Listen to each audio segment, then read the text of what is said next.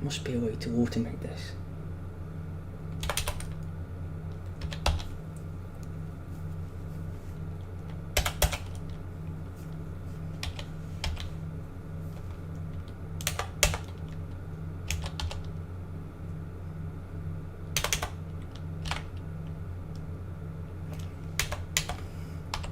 Hey, halfway.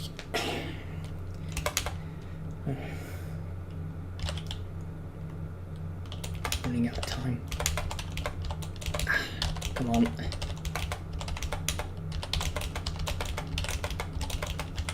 Whoops.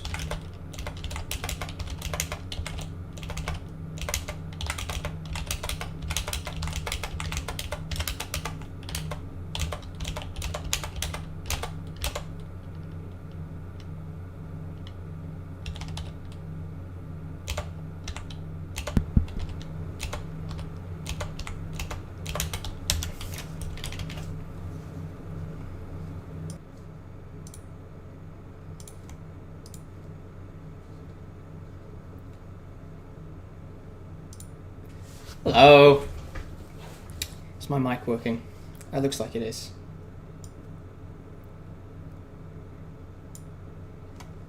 Right. Let's start up the editor.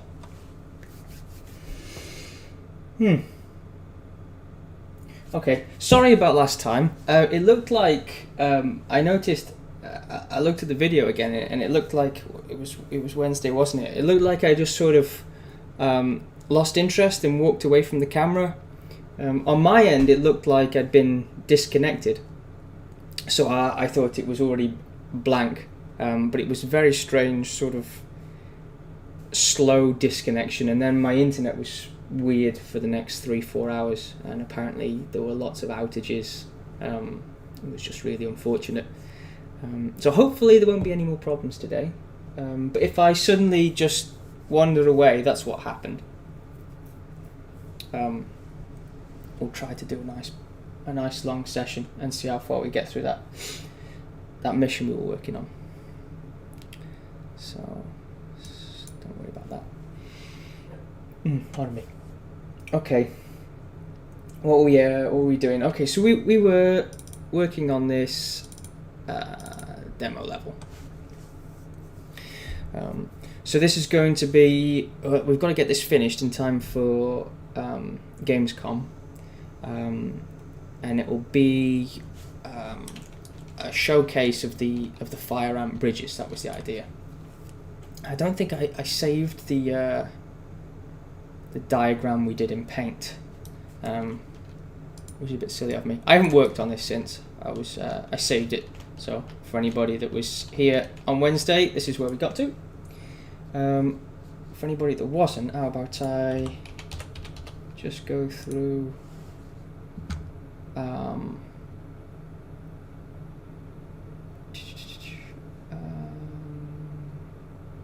let's draw up what we had. Okay, so let's just copy. Do you know what we? No, I won't do that. I'll open. Right. Okay. We've got a big island here. One here. One here. One here. One here. And then we've got those little ones, top left, bottom right, and then we decided to have ramps. We decided to go with two, one there, one there, one there, one there, and one here, I think. And then the idea is that there's some water. I did that last time. Some water, and the water's all around here.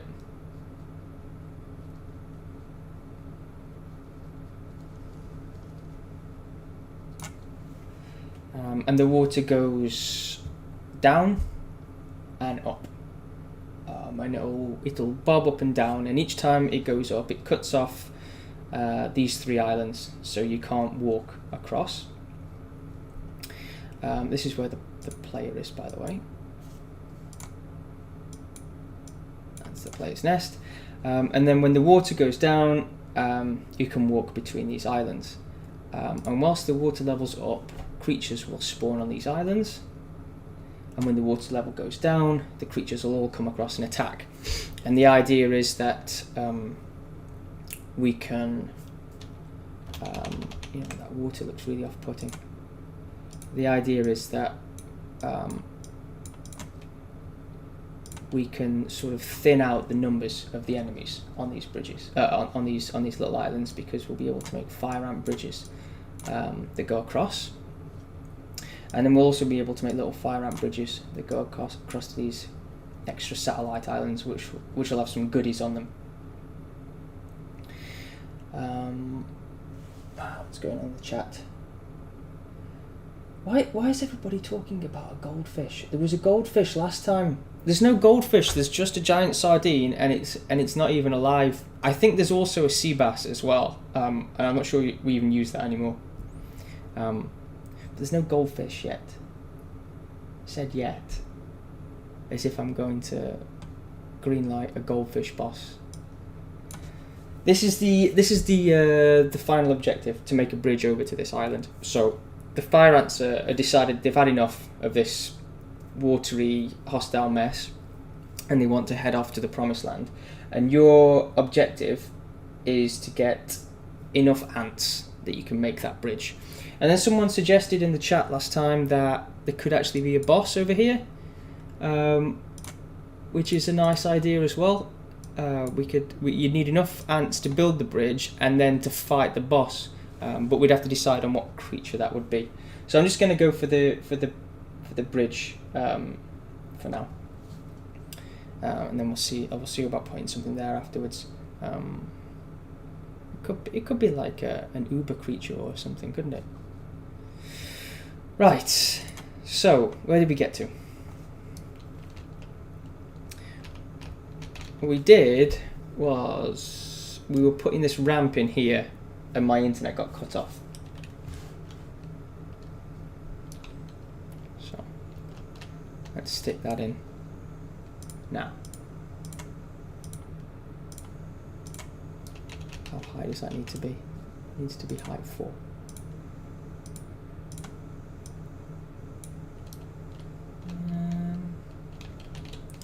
Something like that.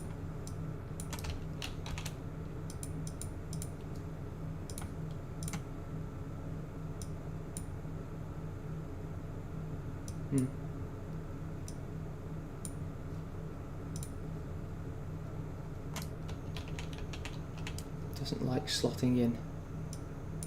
There it goes. Okay. Right. Is that all of our ramps? This one can get down and up. This one can get down and up. And this one can get down and up. Sorted. Right. Let's save that.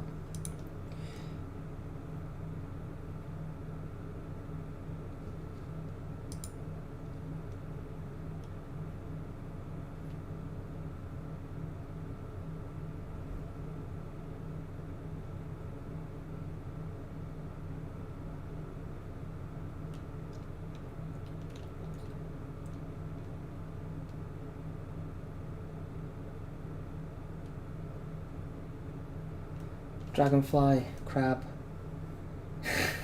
buses. What about? I mean, at the moment, this is going to use the jungle textures. So, like maybe we can just grab an Uber creature from Jungle Freeplay, so we could have maybe a prime mantis or something. So we don't give away the titans, the campaign titans. Right, let me just check if this works.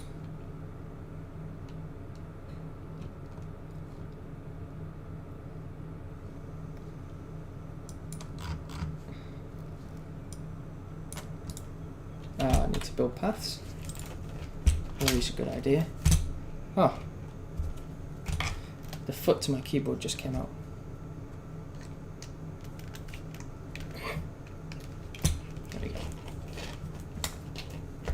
Propped on a notepad. Tile grids. Update the paths. Please don't crash. Like all this mess that appears. It's quite beautiful, isn't it? Now, that's not really necessary anymore. But at one point it was for debugging, when ants would do very strange things around ramps because they could path one way and not the other way. Okay, so that should work now. Bees, lizard, crab, snake, fish. I'll be very pleased if we get that far that we're putting the boss in today. Okay, look, they can walk around. They can head down here.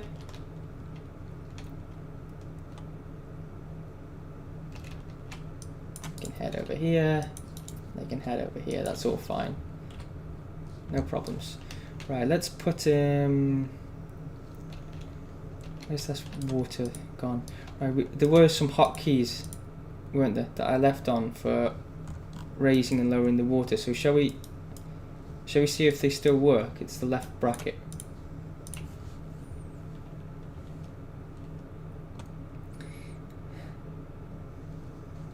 Okay. Pressed it. It's raising to level 1. Well, the ground's level 3, so it should have to go to level 3 before we see the water. Oh, that ground's level 2. Okay, there we go. And then, so this will be the sort of default. That'll be the low level. The creatures will still be able to attack. Zoom out a bit.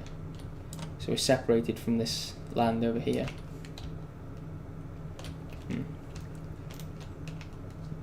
And then if it goes up again. Okay, now we're on our own on the island. I have to sort out this water appearing in the entrance. There's a it shouldn't affect the ants. It's a graphical thing, and there's some splodge we're supposed to put over the entrance to stop the water appearing there. But for the moment, it looks like the entrance is flooded. We'll just have to put up with that. Right, now, it's been a while since I've put a bridge in, but we're going to have to remember how to put bridges in. So let's have a look at bridge. We want bridge head, don't we? Bridge head. Should be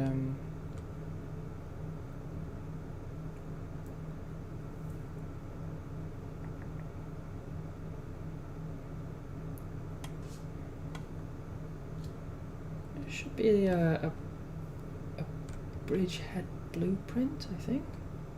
So we just drag it in. So remember, fire on bridgehead. It's down here. Okay. Is that gonna? No, that's not gonna work.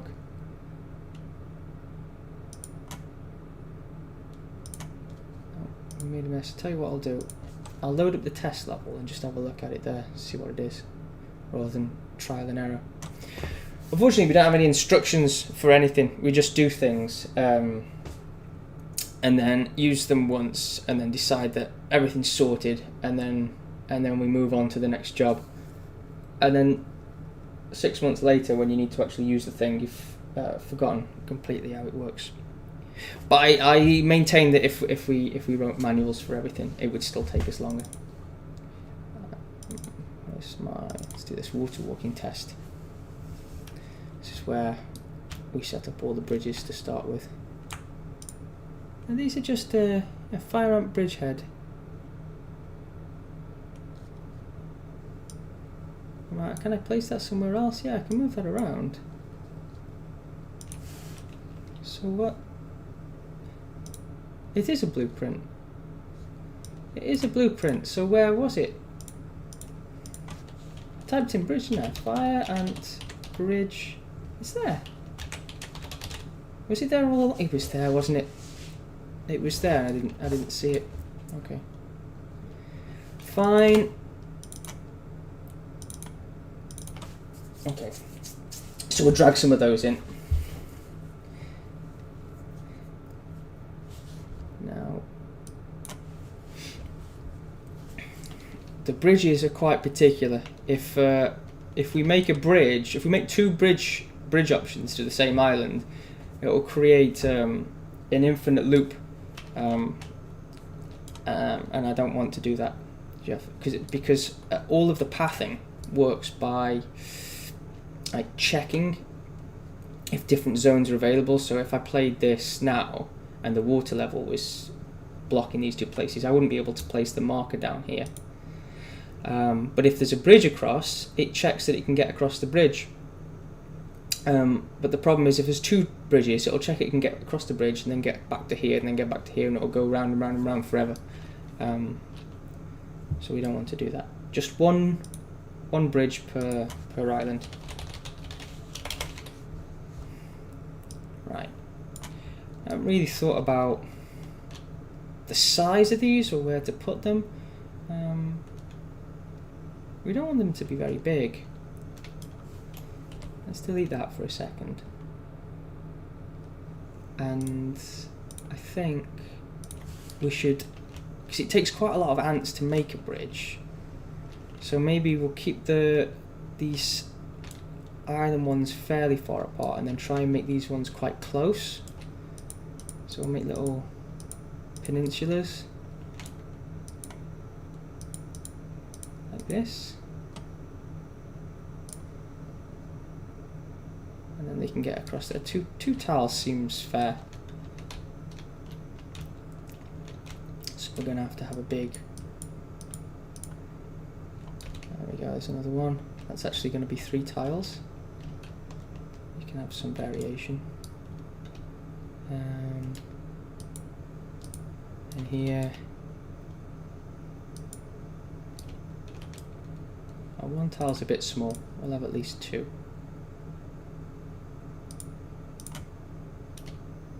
So we can go from there, from there to there. That's 2. There we go. Does that look natural? Looks fairly natural. And then these ones, separate them a little bit more. That one can go there. That one can go there, that's fine. and this one seems a little bit too far. Let's jut it out a bit. What's going on in the chat? Uber woodlice. Fine. Think of a more mundane Uber creature. It'd be useless. It would have an incredible hunker down ability, and it would take you an hour to kill.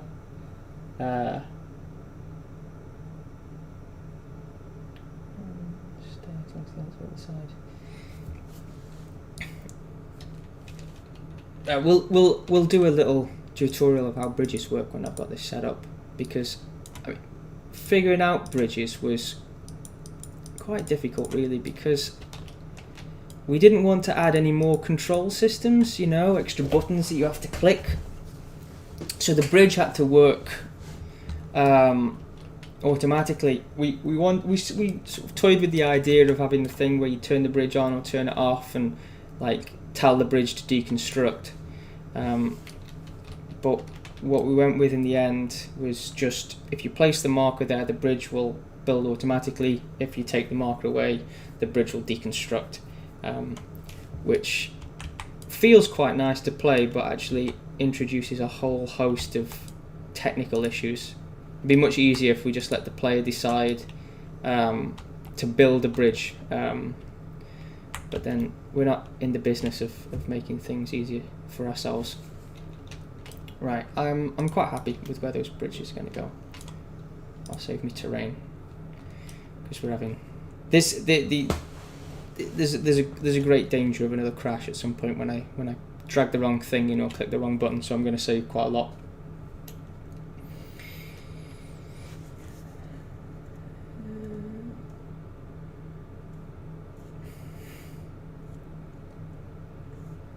Tile. Bird. Matt has always wanted to have a bird. It'd be his big project to do all the animation.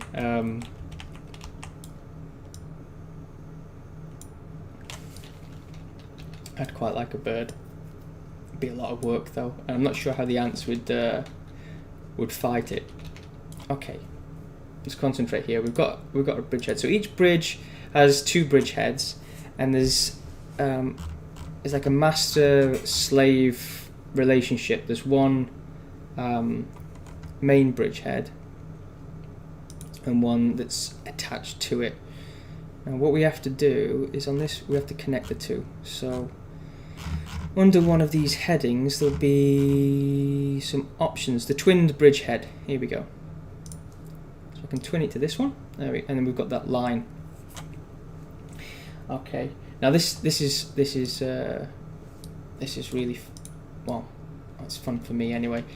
If you can make out, I don't know if you can make it out because of the bit rate, but there's these tiny little spheres, collision spheres. I don't know how to highlight them so they're clearer. That hasn't helped at all. No. But yeah, if you can see them more easily if I go down to this level here. There's all these spheres around the edge.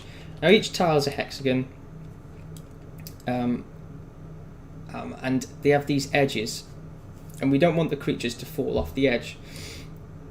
Now they're told that they can't go off the edge, but they can get sort of pushed into the side, and like if they go over the edge, the movement system will figure out that they are over the edge and they shouldn't be there, and it'll drop them down to the floor below, which is a big problem because we don't want ants just falling off the edges everywhere. So these spheres hold them in place. Even though it looks like there's a gap, there's actually an invisible floor that goes to the center of all of these spheres. So there's actually no gap there.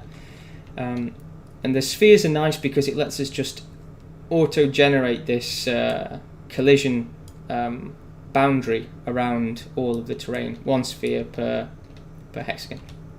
Now the bridge is obviously a problem here because there's two spheres in the way and the ants aren't going to get through. So when we generate the paths,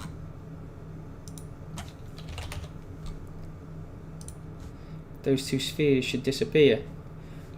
But now what's happened is two more spheres have appeared up and down in the sort of the space in the nowhere here, and they make a wall along the bridge, so it's as if it's already a walkable bridge. And then what happens is the ants will come, they'll construct the bridge out of their bodies, and once it's finished, this will just be flagged as a pathable, walkable area, and the ants will walk across it as if it's the floor. So in the game, they don't actually walk across each other's bodies, but it looks like they do. And this is quite nice system because we can actually have two bridges that cross each other. It has been implemented in one of the campaign levels.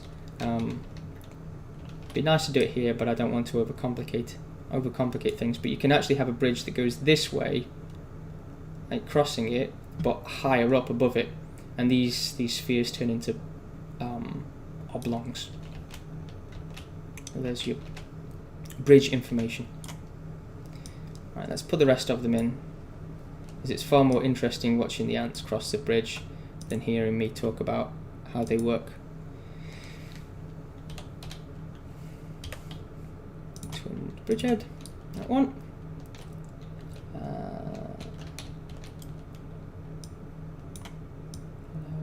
Hello. There you go. We're gonna go across here, I think. 1, 2. By twinning this one should be twinned in reverse, so I only have to click once.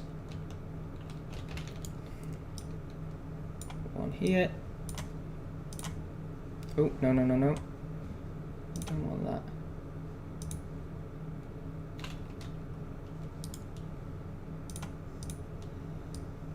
There.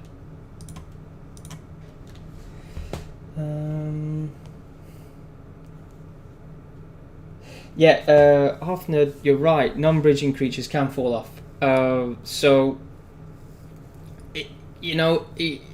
there were different options. We could have spheres that worked for different creature channels. So we could separate them onto different collision channels and have spheres that only affected certain channels, which was one option. But we were restricted with how many channels we could have in Unreal Engine, and that's restricted by how many are allowed in physics, which the collision is all built upon in Unreal Engine. So we couldn't do that feasibly and have the possibility of 4 different colonies with different movement abilities. So instead, the rules around these areas are just altered a little bit.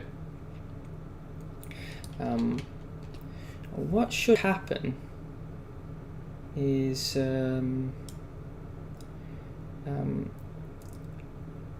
creatures. I can't remember what I set up. They shouldn't fall off the edge. They should just not get that far, and they'll just act a little bit unnaturally.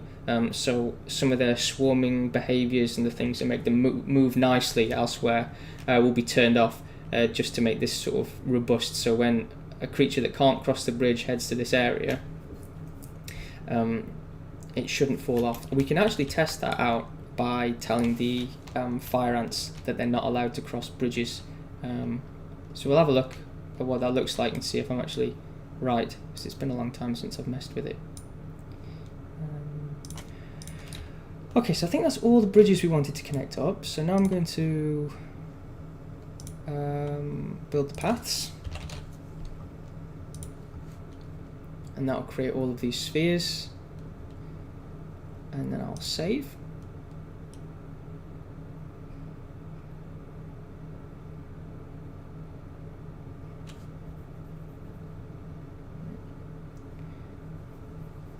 My laptop's just gone to sleep, so I can't see the chat now.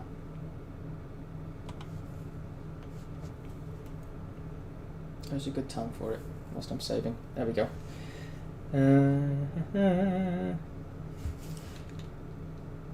Alright, so the path should all be built, and we've got these sort of open areas.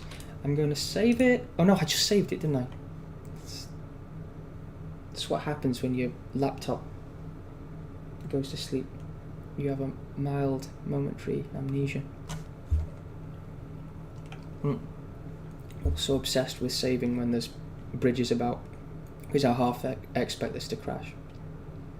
I'm not going to raise the water. I'll move all the fire ants next to one of these and see if they fall off. But they should just stay away from it.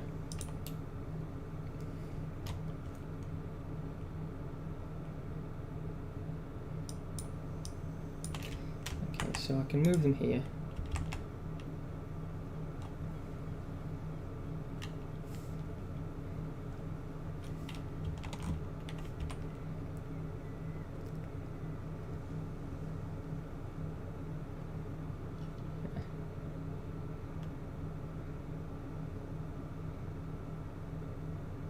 Go on. Go on, fall off. Ah. See that? That looks like some something that's been put into the movement code to stick them back where they should be. My comment there was unmodified win, which obviously meant something to me at the time. But I think without whatever that little blob is, those ants would have fallen off. Yeah, so there's something keeping an eye on them when there's nothing to stop collision. And if I click over here, they can't make a bridge because they only do it over water, so they have to go around. Alright, I'm actually just going to move them all back here. And go over there. Come back home. Alright, I'm going to start raising the water.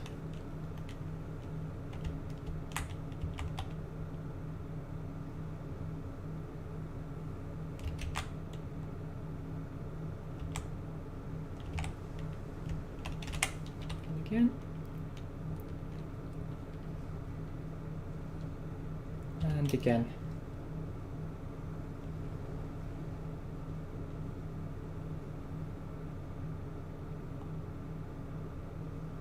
Okay. Right, now the water's up. They can cross the bridge. And you see, I didn't have to tell them to build the bridge. I just told them to go here, and they chose the best route, which was over this water. And I can also send them out here. And you see this is keeping an eye on who's gone across the bridge, because the bridges have to know when to deconstruct themselves, because we don't tell the bridge to deconstruct. The bridge has to know when to deconstruct. So there's a record of all of the ants that have crossed it, and when the ants that have crossed it is 0 and the marker is no longer placed, the bridge should start to deconstruct. So if I move the marker, let's say I move the marker to here, these ants should all start heading home. When this goes to 0, there'll be no marker left. That's gone. But the bridge is going to stay in place to let these last ants across. And now the bridge starts to deconstruct. This one's going to stay in place because it's still needed. And everyone's going to go home, and no one's going to get left behind. And we've already got this bridge being built down here.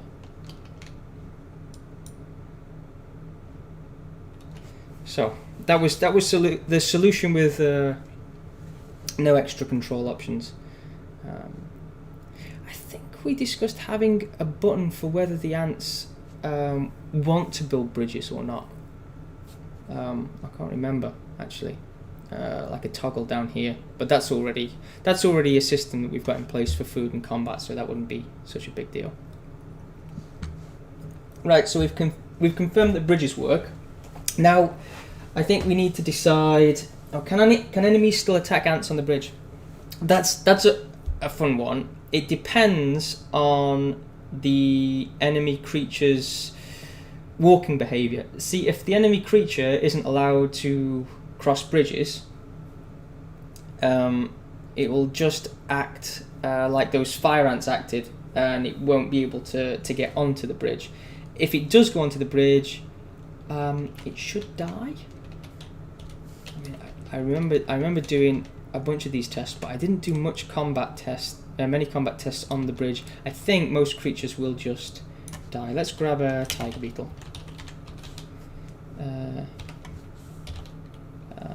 Beach tiger beetle. Okay. Stick it there. Oh, sorry. Straight into the water.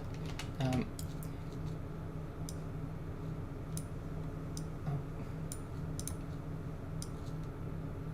can't I do that anymore?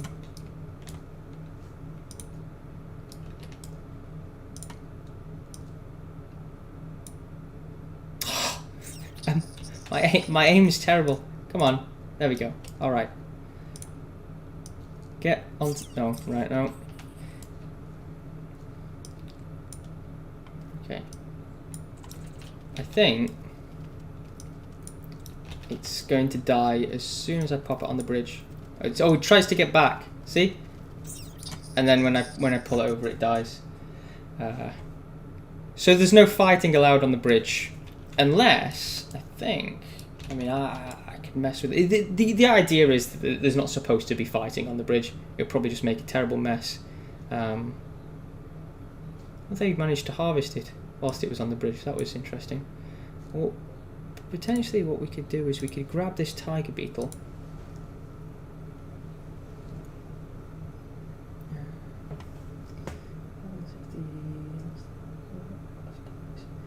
The ants can die, and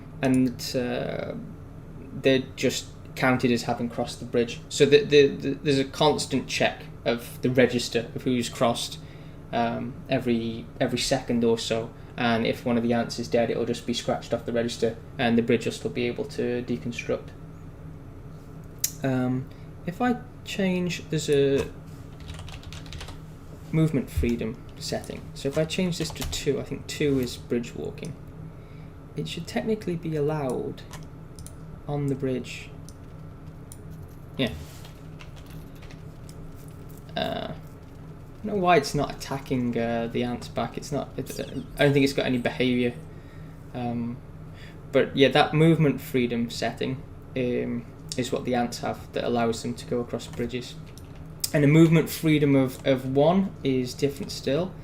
That will allow. That's amazing how I can get them in the water each time. There we go. A movement freedom of 1 will allow this tiger beetle on the water there, and it can float. So different settings for different creatures, and then this tiger beetle should be able to run up the ramp, whereas the fire ants can only go to these bridge points. Right, that was a good test.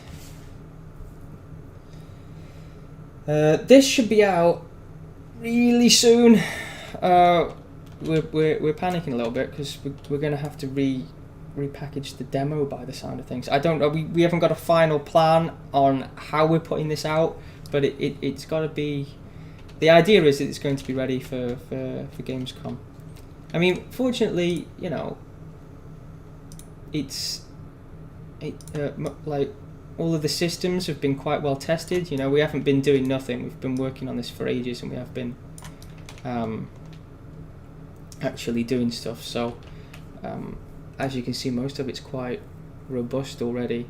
And if there are a few problems with it, it's just like it's a special exclusive demo, so it's not the end of the world. So hopefully we'll be able to put it out on time. The only worry is that we might need to sort of revamp the demo a little bit, repackage it, and there could be problems with the older demo levels that we haven't found because we haven't been concentrating on that. I don't think there will be, but there usually is, especially when I don't think there is. That to me looks like way too far. I think I was really overexcited about how far away to make the promised land. How many You know what? They'll try and make the bridge anyway, so... So what we can do is we can stick one on and get a feel for how many ants it will actually take. This is not particularly productive, but I really want to see now.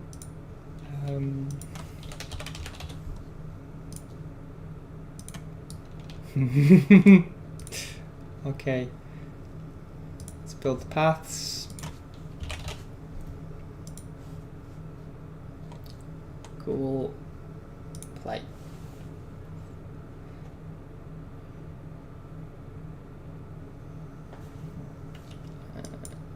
Right. Let's put the water up to level 3. Bring the fire ants out.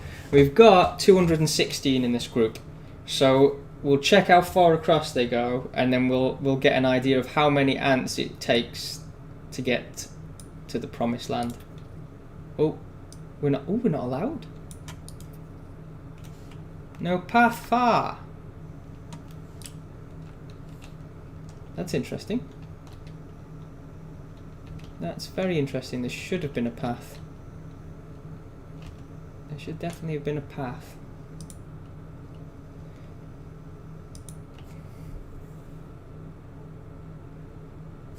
What's this?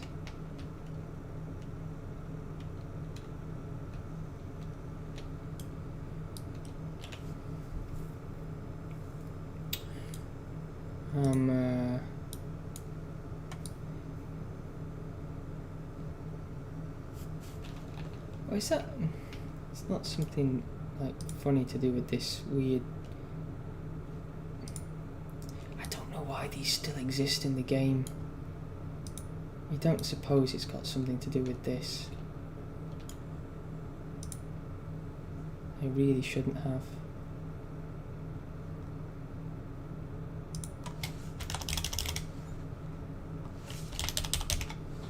So we don't have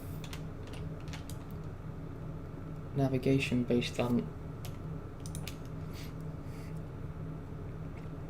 the Unreal Nav Mesh anymore, but I know it does a check if it's in that area, because I tried to delete it and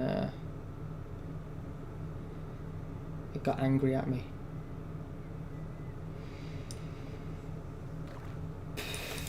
No, it's not that. I didn't think it was that. No, we can build paths here. We can build paths there. It let me put the marker down, so it thinks it can get to it.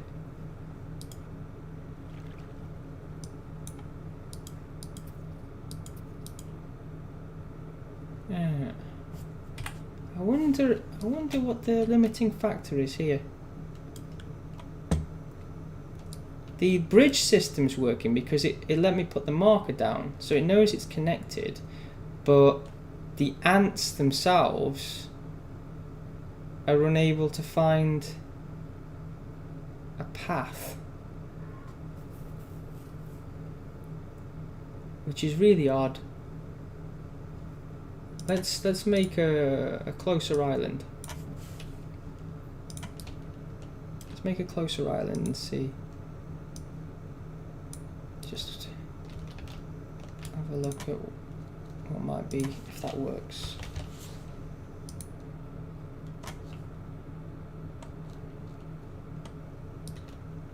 Okay. Oh. What in? That doesn't look. That looks like some serious funkiness.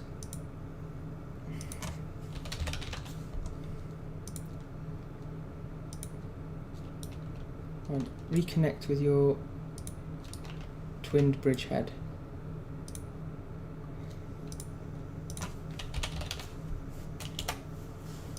Update paths.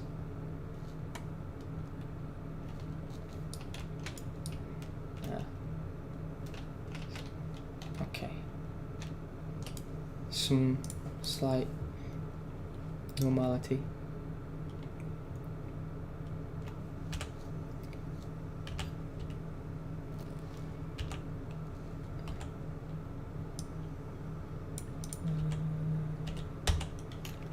want it to level 3. Not allowed to click, not allowed to click. And oh, there's no path.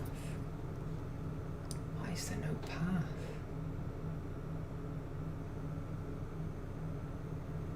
No path to there.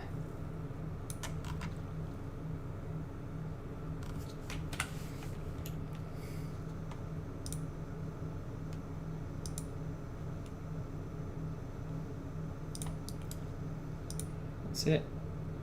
I'm moving it to here.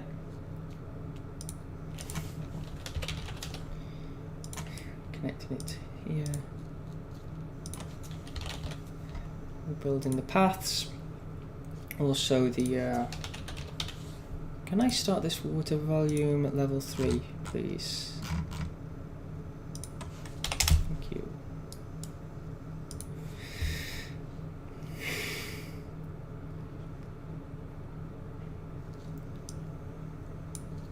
Sorry, this is turning into a debugging session. Yeah, when the ants can't build the whole bridge, they'll try building it anyway. Yeah. That'll work. Didn't seem like a good idea to have them not build it because it might be confusing as to why your ants weren't following your command. And they'd have to do something like queue up outside the entrance to the bridge. You don't suppose it's because I don't think there's any issue with this.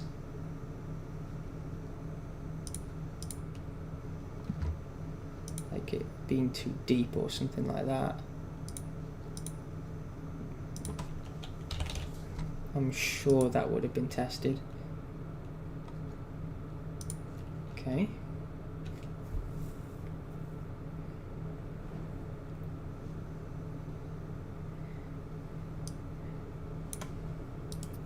That's fine. I'm finding it hard to believe this is just a pure distance issue. My biggest fear is that it's an actual pathing bug. But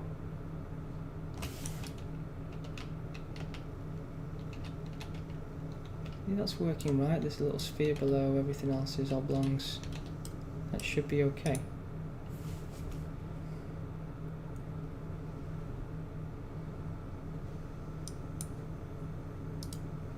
Yeah, it's fine. Is there a... What's going on here? Right. Let's go back and make a really long bridge. Let's get it to the point where it's broken again, but not so far as it's off the edge of the screen. And get rid of this.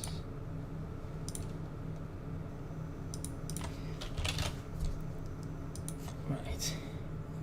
It's a nice big bridge.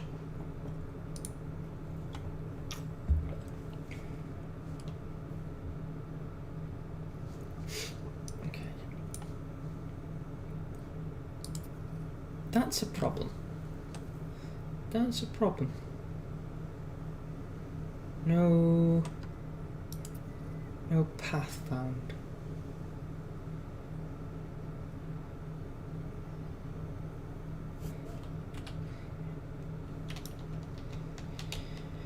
Right, no path found.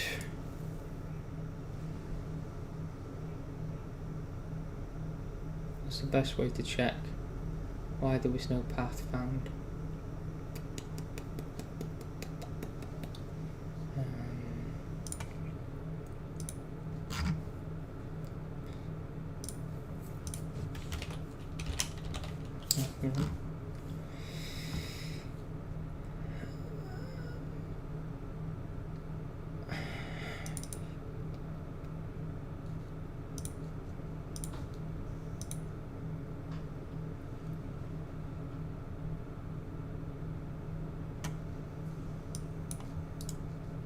Okay. It hasn't failed on a long path course.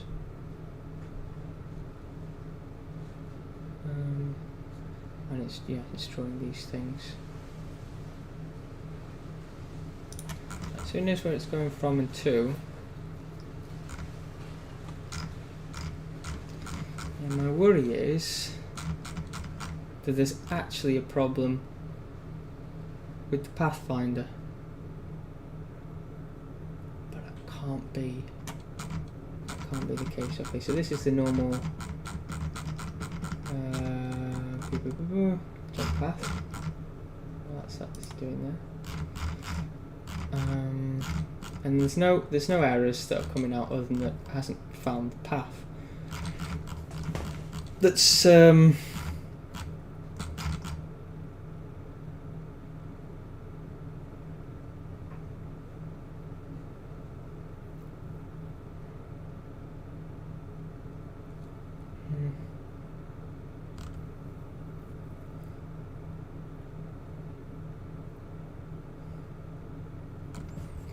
let's see if it's getting here.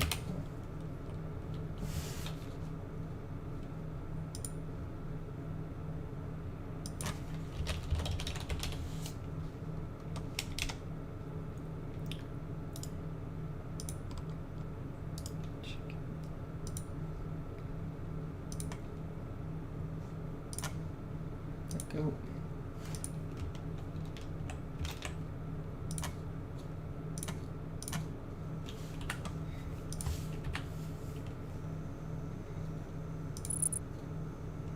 Now, I think there's a, I don't know if there's a debug option I can turn on for this specifically. No, there isn't. But there should be nothing pathing over ground, so that should make it easy if I want to catch it.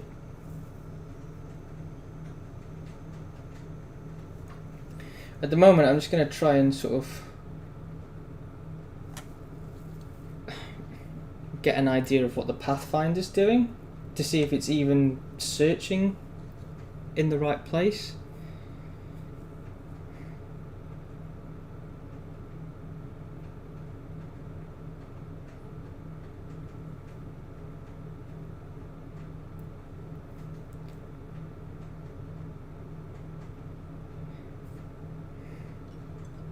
Taking its time.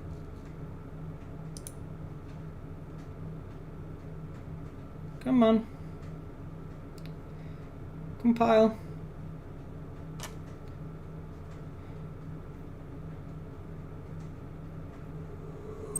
Ah. Okay.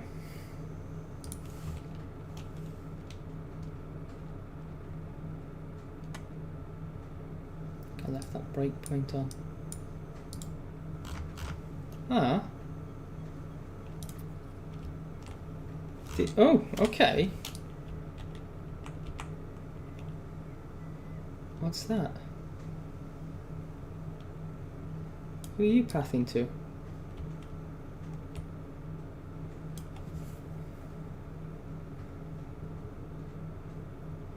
It's pathing everywhere.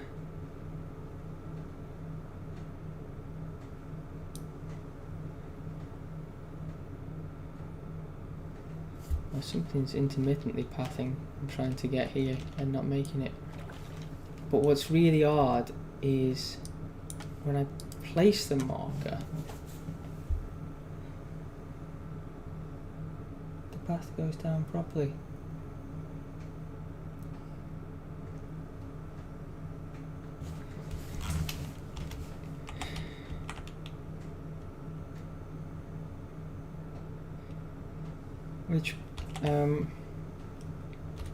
Which begs the question that is getting quite worrying now, because it's starting to look like a path problem.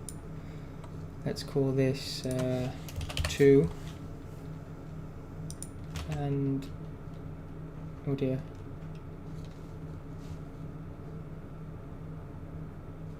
What's it? Dear me. I think I just tried to copy and paste the tile grid instead of that actor. Alright, what we're going to have to do is what I want to do is I want to put an actor both sides of the bridge and try and path one way and then the other way, because one of the paths seemed to be making it and then the other one didn't, and I'm wondering if it can only path there in one direction, which is very, very worrying. But at least we'll know what the problem is if that's the case.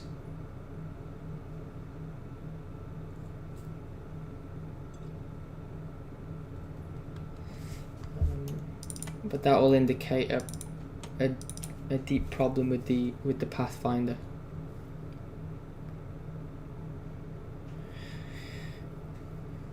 But I mean, at least it'll be fixable. I didn't save that island, did I? Let's just let's pop it back in, or something that looks like it. Grab a bridgehead.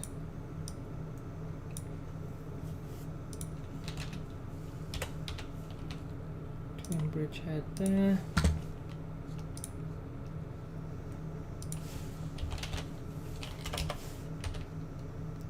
Both paths. That looks similar.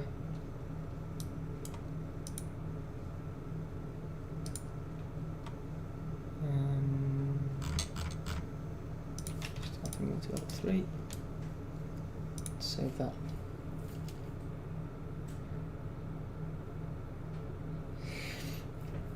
The other bridges aren't going to be affecting it. It's what's happening is the Pathfinder, which searches, it's using an algorithm to try and seek out the shortest path to the end of the bridge, and it's not managing to find it, which is why you saw all that blue mess everywhere. It's looking all the way over here trying to find how to get to here, because it's only getting halfway and going up, can't go any further. And yeah, it looks like the first time I put the marker down, the path is complete, which is really peculiar, and the only thing I can think of at the moment is it works in one direction and not the other, which is something that's happened before. But I was under the impression that all pathfinding was working now. Let's just make sure the path's not working to start with, and then I'll do the test. So, yeah, you know what? It's like, it's searching all around except for the one that it's on. It's really...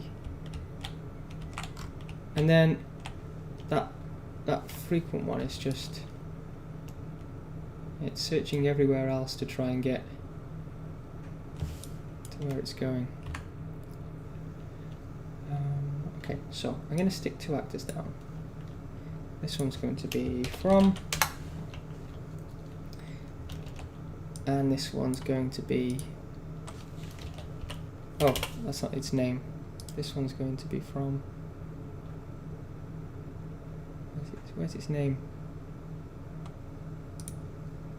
Here. This one's going to be 2. And then we'll grab from and 2. And we'll go into the level blueprint.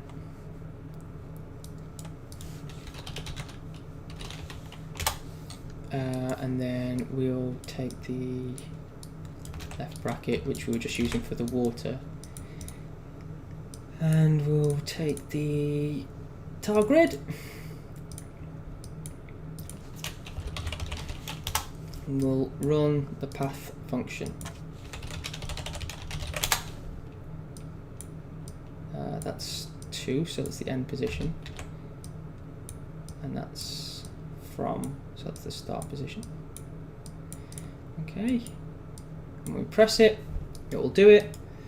The movement freedom is 2, which is bridges.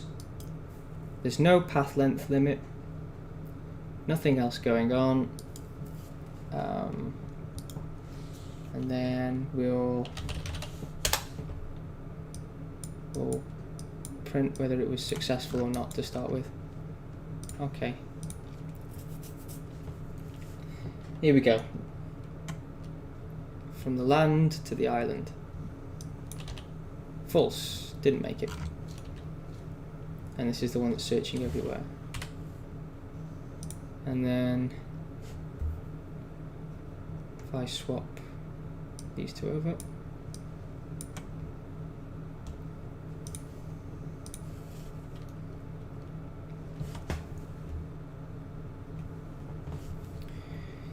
We'll see. Oh no, that's the wrong button. Left bracket. 2. That doesn't. Oh, that. Yeah, that doesn't work either. It does something a little bit different. Okay, so I was right, but neither of them are reaching the final point. That's. Is that crazy or what?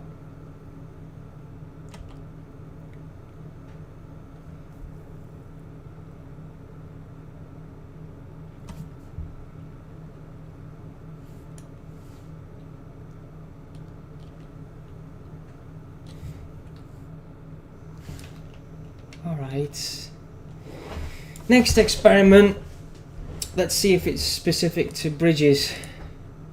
So I'm going to make this, how can I do my smallest brush size? 210 will do. Right, I'm going to try and do is copy this, but make it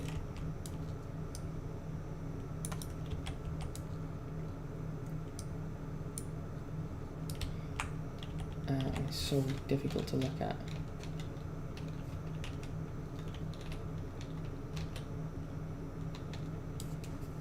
I mean, it's got something to do with this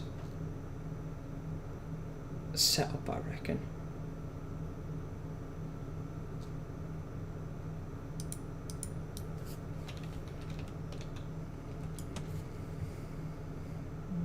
It goes up.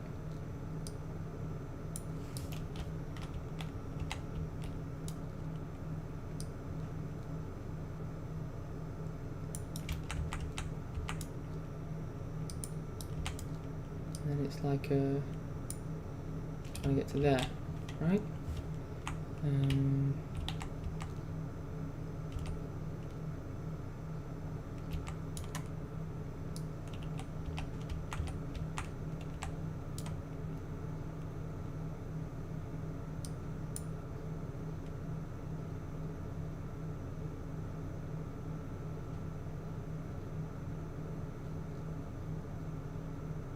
Sort of open. I think it's really supposed to do that.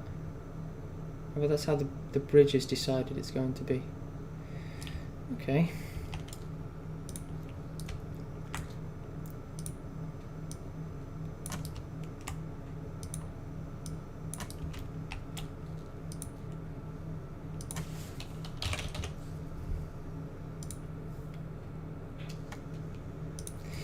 I mean, if this fails, it'll be really weird because this is the pathing system we're using in the game at the moment, the live game.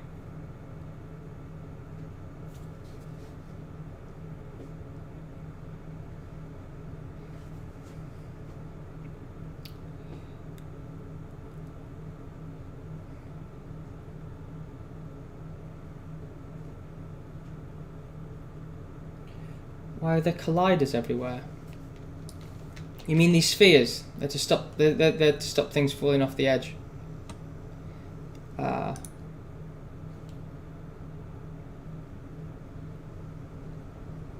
Let's see. Let's press the button again. Okay, it's got no problem with this. There's no problem with that at all.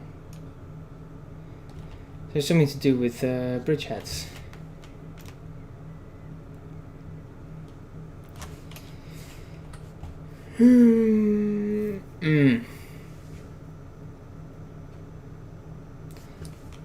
You know what? I'm going to simplify this bridge even more. We're going to get to the bottom of this.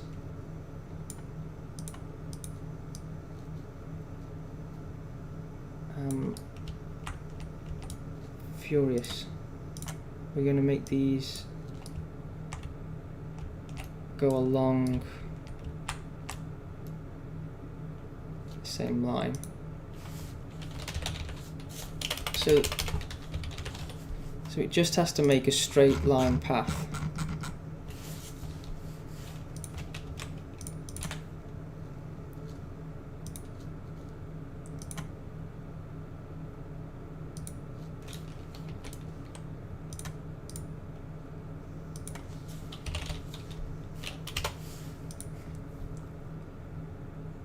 That's it. A straight line.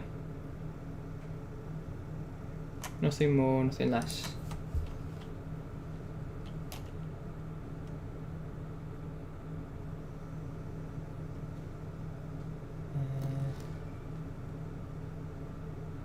See, Hoffner's just seems to be suggesting what I did.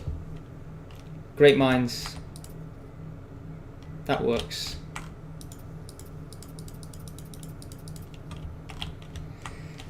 That works. What's the trick here? What's the trick?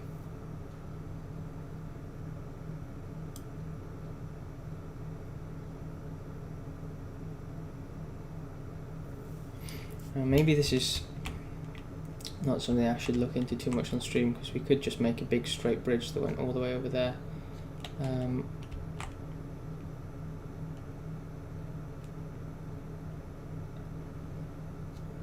But if straight works, then, and I know it works if it goes at a little angle, but there was something a little bit odd there where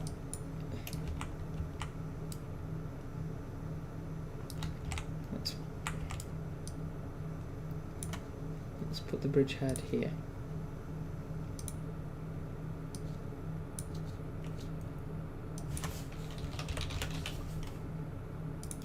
Retwin it. Rebuild the paths.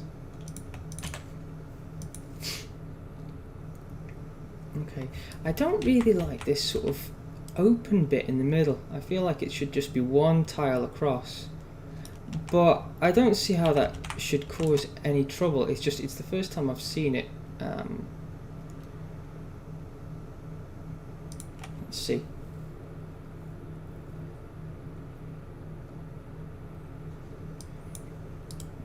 Yeah, that's a problem. And you know what's weird? It seems to actually be searching the final location and telling me it can't go there. Oh no, that's just because I'm clicking across. Yeah, it's some quirk of the Pathfinder, this is. But why would it be acting differently?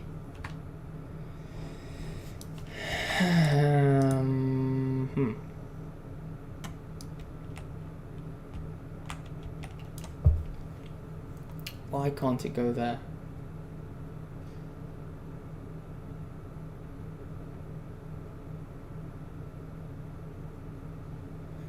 Like, what if it's even further along?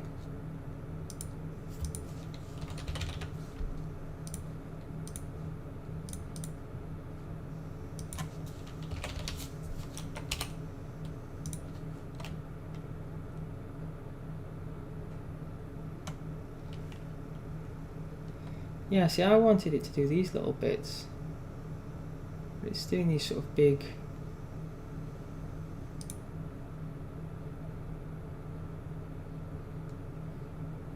I can't be what's causing it. And that's a problem. That's a problem. And maybe if I just move the landing a bit and put the bridgehead here.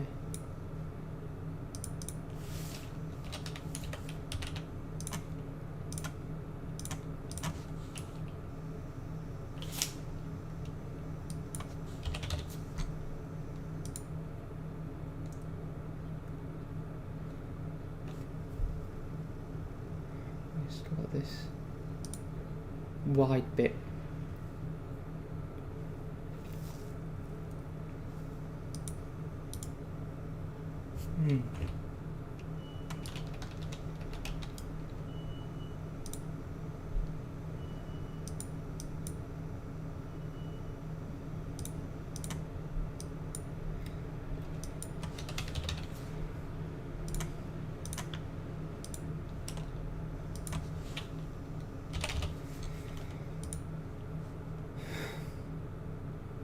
Alright, that one doesn't have any of the wide bits. Let's see if that's pathable. Problem is, if the path makes it to the other side... No, that's not the problem. Do you know what's mad? That yellow set of arrows knows exactly where to go. And that's... it's just a pathing command. Unless... Oh, we're not getting any errors up at the moment. So it is finding it.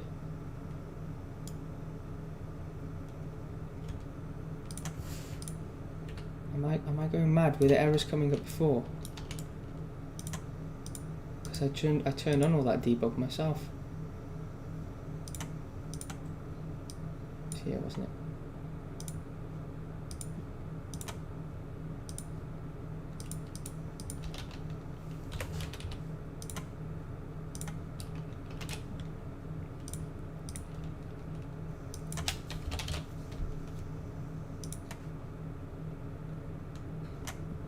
Okay. Render that. Come on.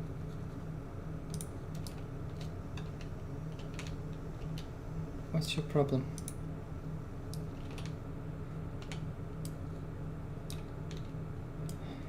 Fine, I don't care.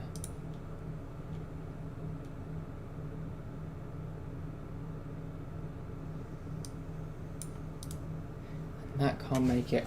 Okay. Starting to think, and it's got something to do with when we get one of these paths, if it's got a wide area in it, but that's just a property of the this bit here. That's just a property of the bridge path generator.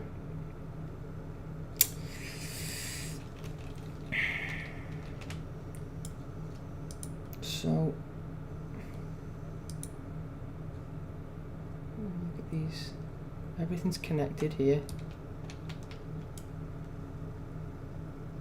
Everything's connected there. And there's this this feature in the middle, and whenever that feature appears with them triangles, it breaks. So it's quite maddening, because those blue hexagons that appear on the end here, that's the search, and so they've actually found the end. So it doesn't really make sense. I mean, I might be finding, like, making assumptions that aren't there. Let's just try this path from both directions again. Right. Left doesn't work. And yet, it hasn't checked anywhere else.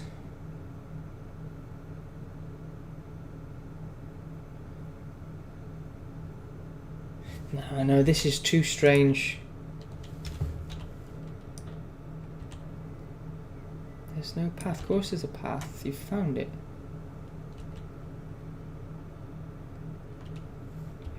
Found it. And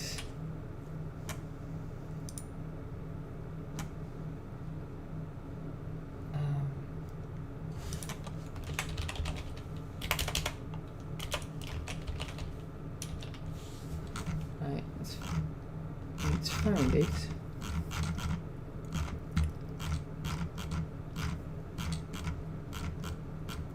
It's in the open list. It's highlighting the tiles.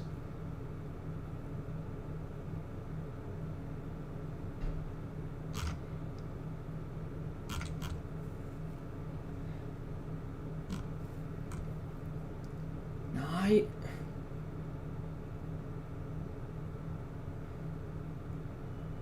It's not gonna fail. It's not failed on long path. It's not allowed to do that anyway. It's not a glitch. It's something we've caused.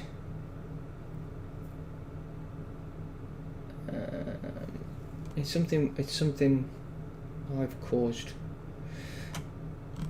Once the path's found, it can't be unfound. And so it's finished its search. There's nothing else in the open list.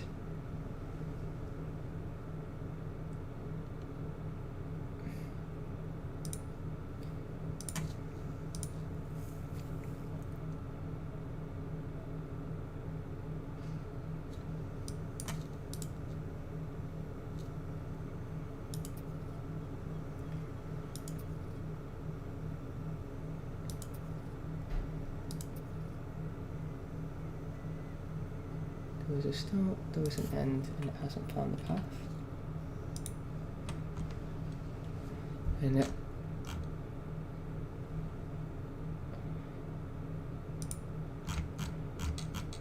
it's just going to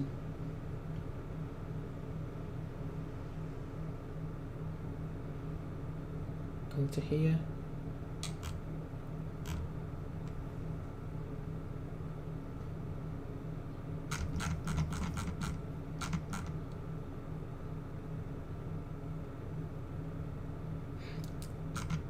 What I don't know is what causes it to stop.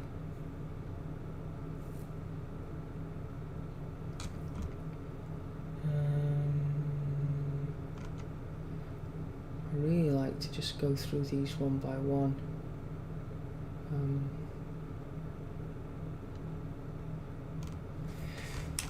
And then we've got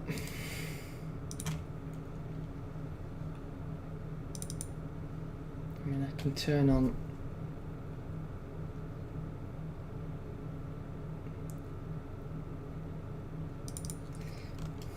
there are some things in here that change if it's a bridge. It's the movement freedom. But we know the movement freedom is correct, don't we?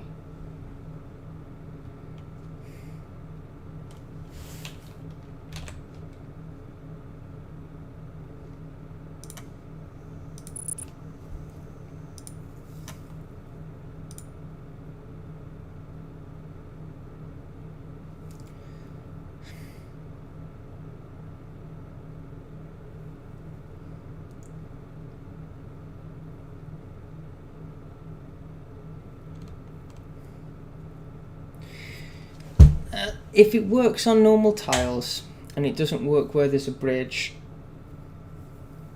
it should be really easy to track it down. I'll probably mess around with this for another 15-20 minutes, and if I haven't figured it out, I'll just make a straight bridge so we can carry on making a level. Because trying to watch me track down a bug like that isn't going to be very entertaining.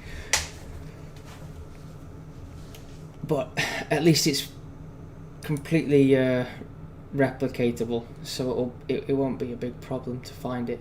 It's in a really horrible area of the code where I thought everything was sorted, nice and robust.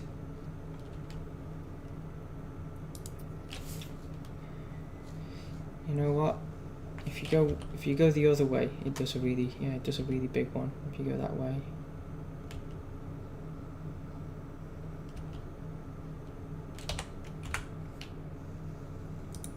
Which one's from? This one's 2. Am I starting at 2 now? I am starting. I'm starting at 2, and it can't find its way to from. It's unable to cross the bridge, isn't it?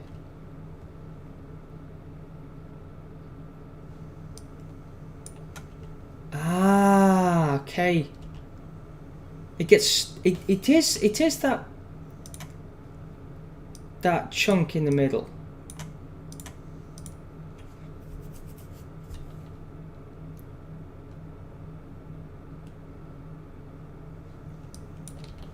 Right, okay, yeah, and this one stops the other way. Okay, so whenever we make a bridge and it's more than one tile wide, the Pathfinder gets stuck on it.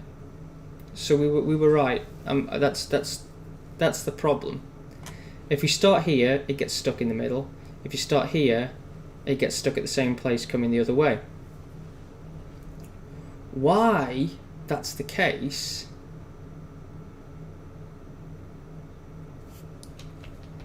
what we need to do is we need to find out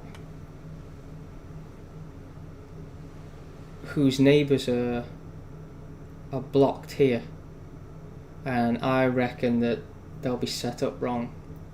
So let's have a look. When we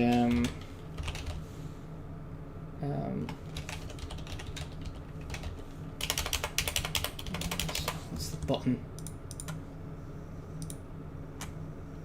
Update tile pathing data.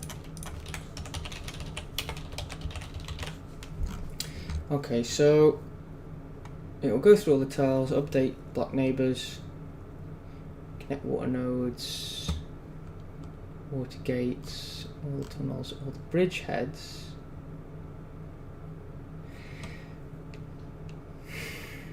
That's just going to update the neighbours on the bridge head.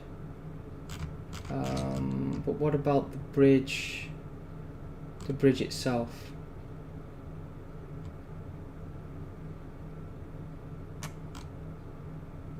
I'd like to see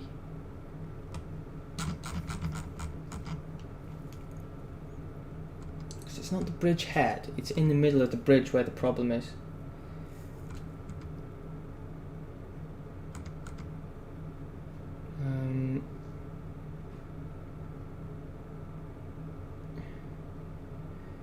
Water nodes, connect water neighbours.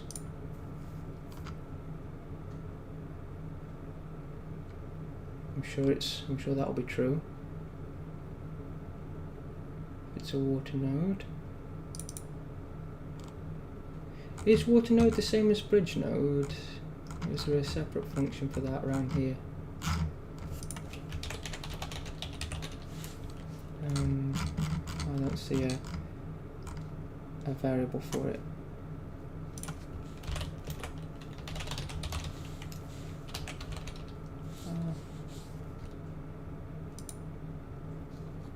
What's that called? Is water node? Oh, it's on the jump path node, not on the tile. Okay, and we do have an is bridge node. And I'm really good at commenting, so I don't know what the difference is. Whether you have to be a water node to be a bridge node. Let's go back to that tile. It's going through all of the nodes on the tile. If it's a water node, it's connecting them up.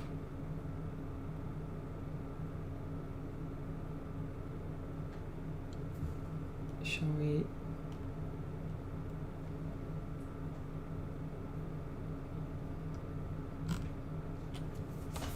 I haven't put any debug stuff on this like to visualize it in so long. I don't know what the best thing to go for first.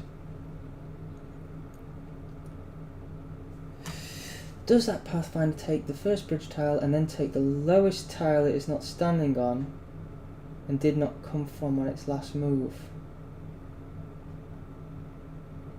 I can't follow. What it should be doing is it should be just acting like it's on land. So it should be using the same Pathfinder. It's something called jump point search, and it's been heavily modified to work on hexagons. And what's happening at the moment is we've just tested it elsewhere and it works on land. So some part of the algorithm that sets up the paths, that sets up, like, it checks a tile and then it checks its neighbours to see if it can get there or not. So probably what we want to do is is we want to grab a node, one of these, because on each tile there's a node at each level. And we want to see they should connect to 6 surrounding hex tiles and then another 6 sort of around the outside of those, and they're the neighbors, but usually they don't. The ones on the bridge shouldn't have this. They should just have this like it's a. Is this blocked outer connections? It's like an integer, and the zeros and ones determine whether it's blocked or not. So you can do little like binary arithmetic to really quickly find out whether it's available or not. There's a debug zone check.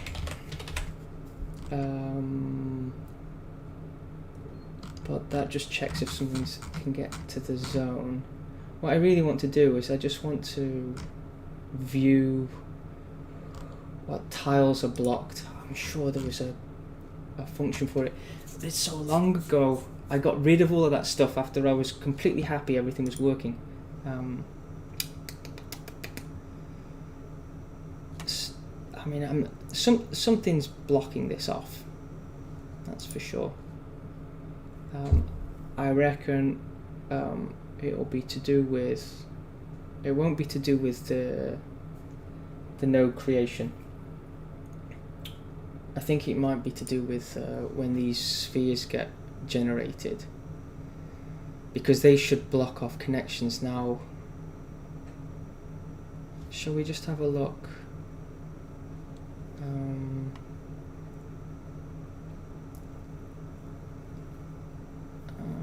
Can we? I don't know if nodes are available in like none of the properties of a get node location. Use neighbors node. Shall we make just a little function just to? I think I should be able to get the node. Where will it be? Will it be on the tile grid? I can get node by location. And that's going to return a node. So I reckon that the problem node is going to be around here somewhere. Movement freedom is 2.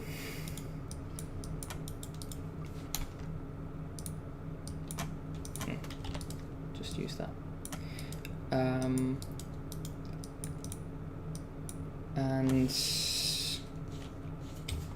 we got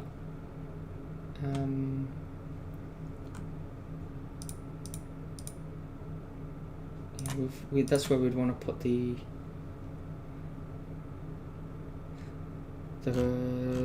function if we haven't got anything. We just got a debug zone check.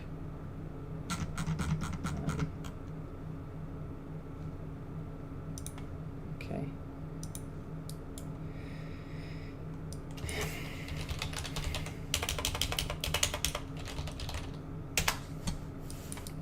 Just make sure we've got the right thing coming out.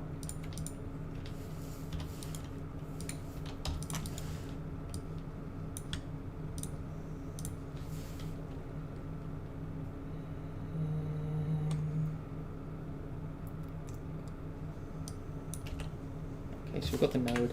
Right, what I'm going to do is I'm going to save this.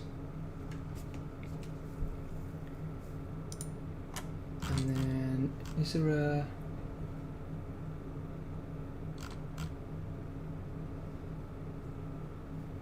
blocked neighbors? There's a blocked neighbors. Okay.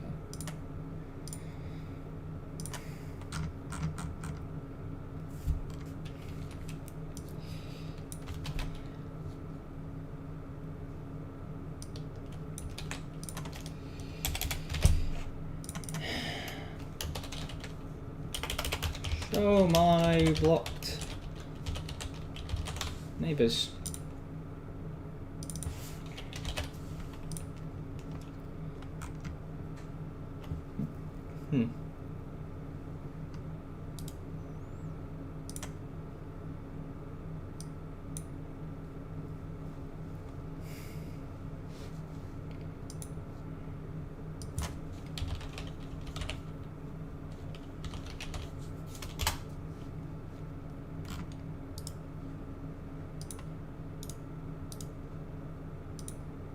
Just check these out.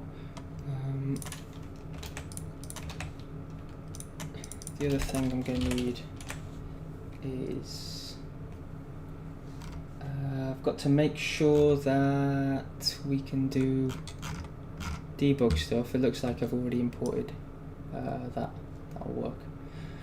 So we'll draw some lines, and then I've got to remember how this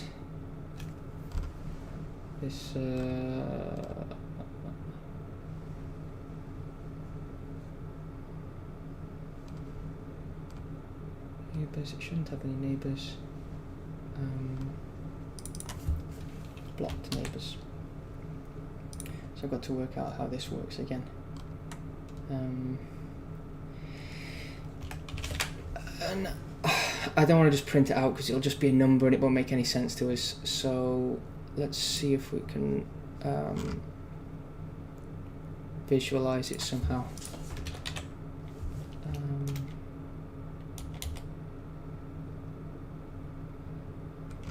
The problem is I don't know which way is north.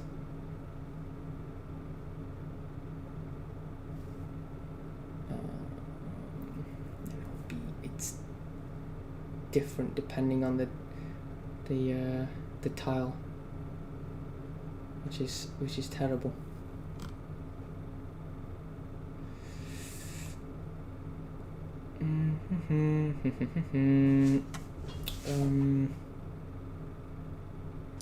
Let's go to utilities, see if there's something in there.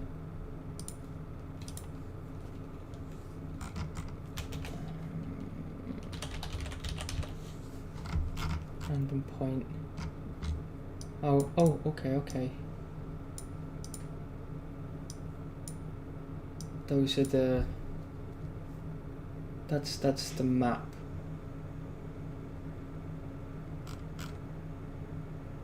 So I'll go to overground down here.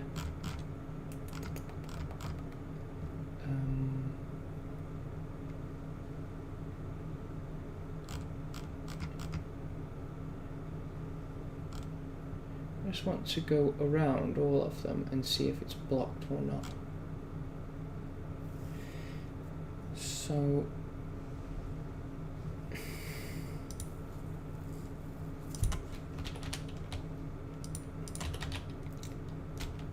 oh, what is that? Yes! Look at this. I put them on tile grid. Oh, thank goodness I haven't got to figure it out.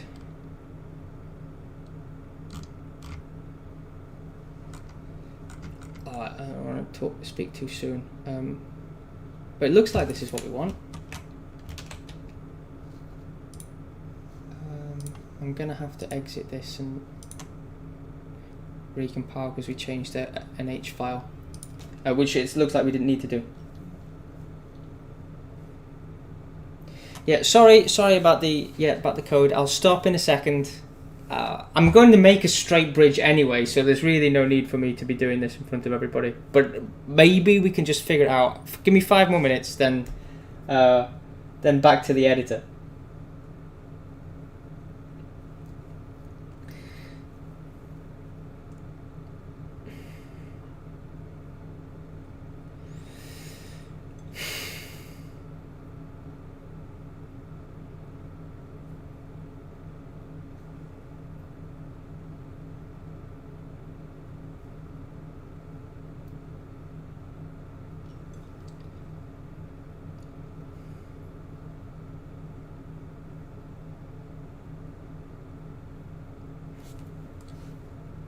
get node by location should have a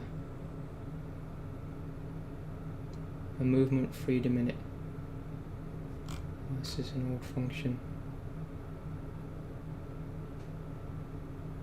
It's just going to do the floor, isn't it?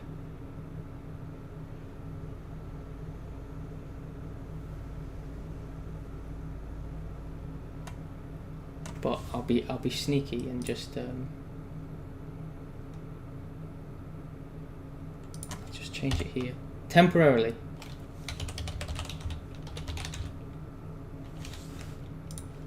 Just temporarily.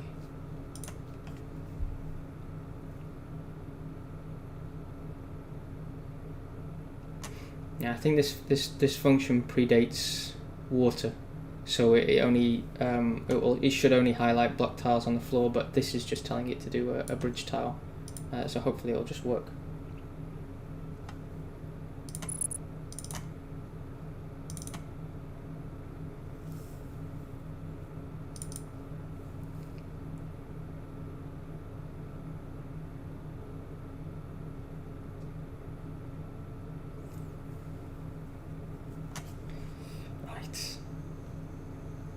Like that.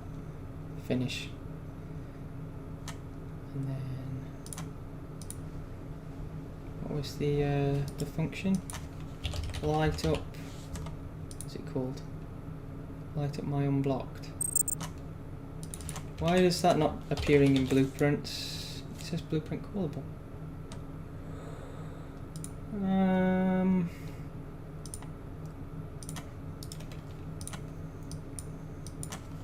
Light. No.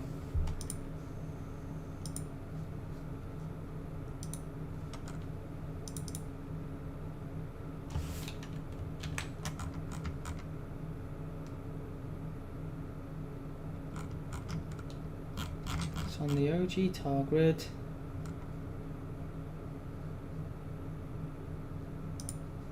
This is the OG tile grid.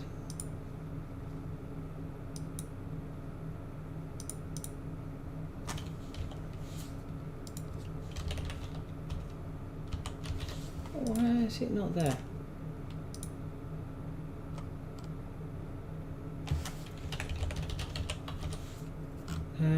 It's under a if with editor, but that's fine. Light up my stuff. Light up my node. Blueprint callable. Under tile generation.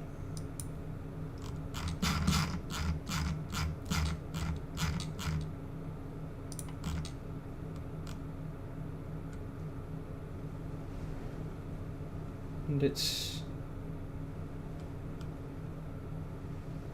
there.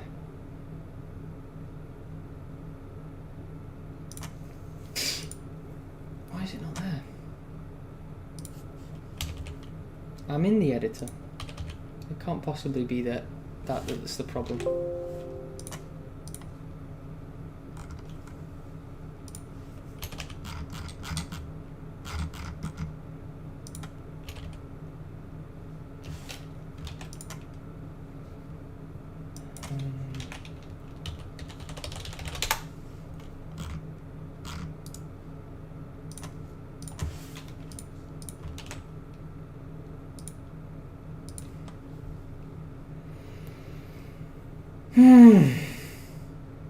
Well, I don't know if there was some bug and they weren't appearing because I put them around these editor only tags, or I'm just doing something really stupid live and stupid.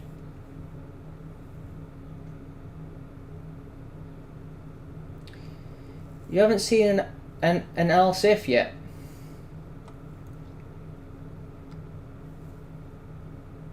There must be one somewhere.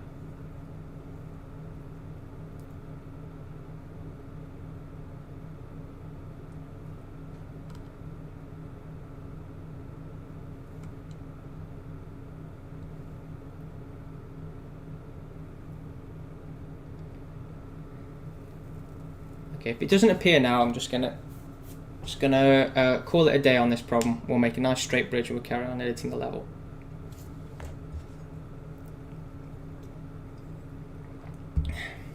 And I'll fix it for next time.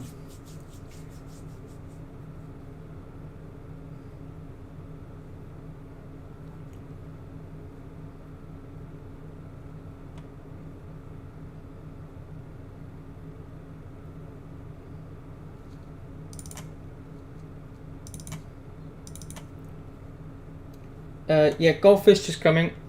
We just got a problem with the goldfish at the moment. You can see the goldfish here is blocking the route.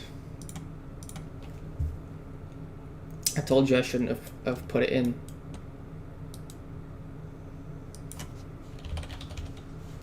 Yeah, it's some sort of bug. It didn't want to show up these. Load up my node. Let's see if that works. Ready for the crash.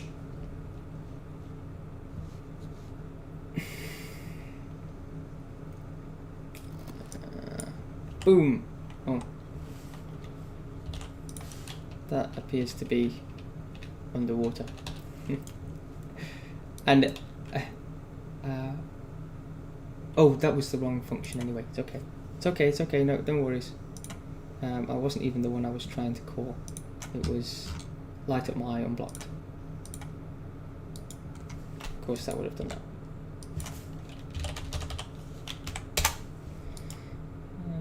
Okay.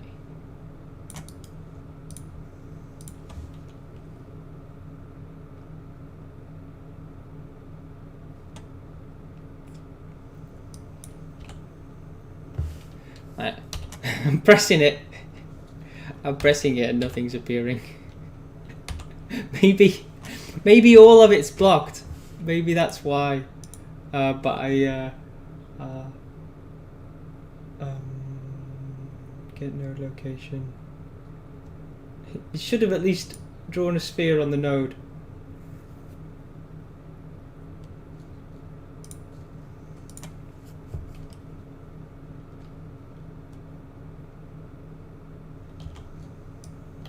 Oh, unless I'm pressing the wrong bracket now.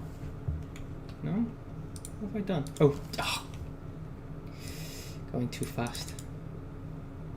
Left bracket. Turn off that. Come on. I said 5 minutes, didn't I?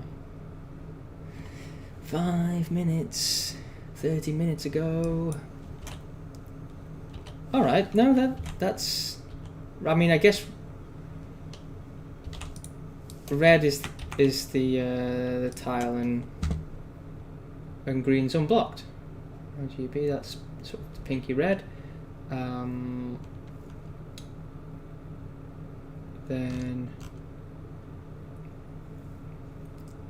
weren't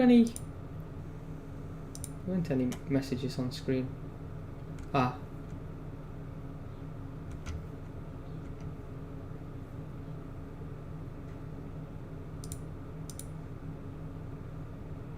Or is that just coming up really fast and disappeared? Nice.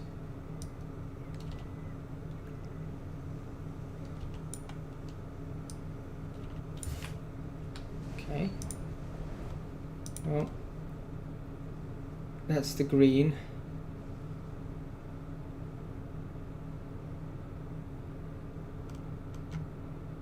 Oh, is it using a neighbours array? Or is it using...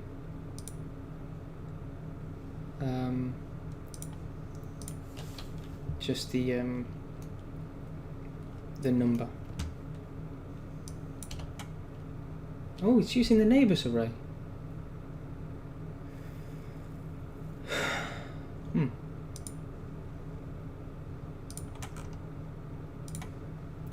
Alright, well, unfortunately for us, that looks exactly like I expected it to.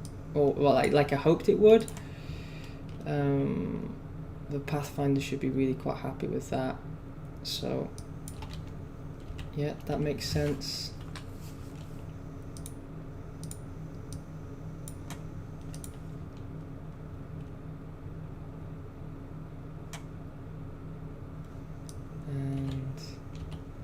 that makes sense as well. So there doesn't seem to be a problem with the blocked path. The only difference is there's a slight difference to the way the Pathfinder's looking it up at that point. Yeah,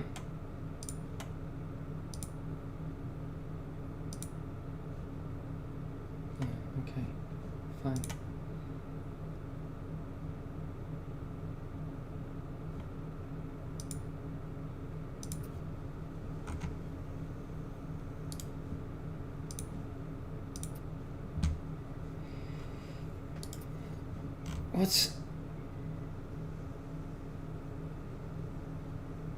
I think the reason this is confusing is when I put the thing down, it does a path from both sides, so I get all this blue everywhere, and that's why I was confused, but it's actually a path going from both sides. They're both getting stuck in the middle here, and we don't know why. So I'll stay true to my word, and we'll carry on making the level, and I'll have to deal with that on Sunday, which is a great time for debugging. Let's get rid of all this.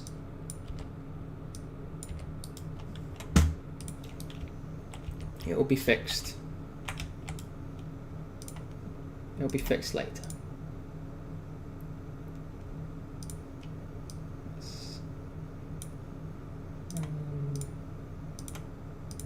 Get rid of all this. Right, now all we need to do to make this work is make sure it's a straight line, and then we can get back to doing that test we wanted to do 45 minutes ago.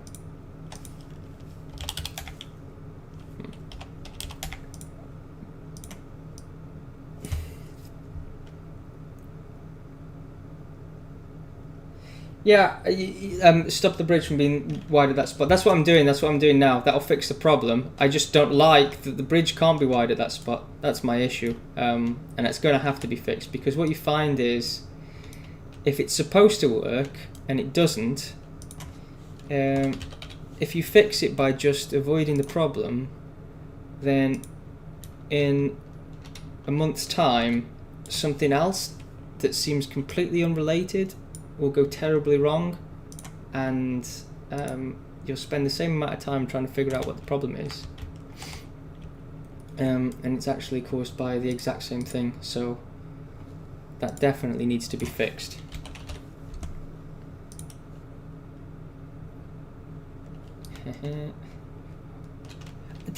This is really strange what it's doing here anyway. This is part of the sort of what the bridge is supposed to look like once it's built, and that just doesn't seem right anyway.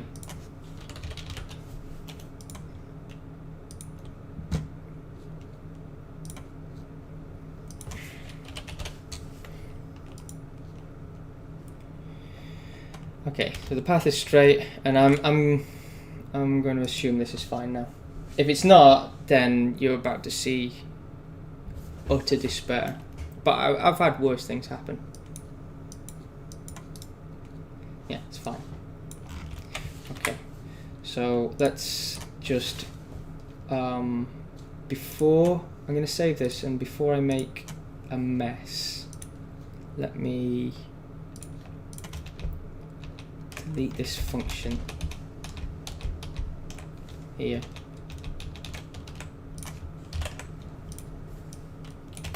We don't need those, and then this this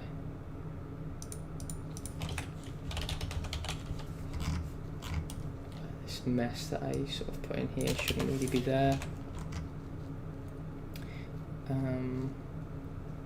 So I just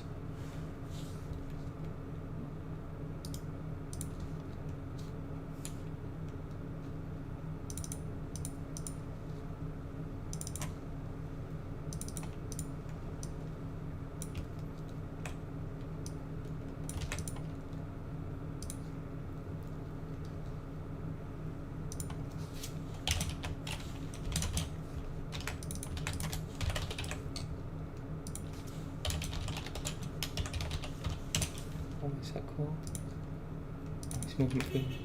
And then I'll just.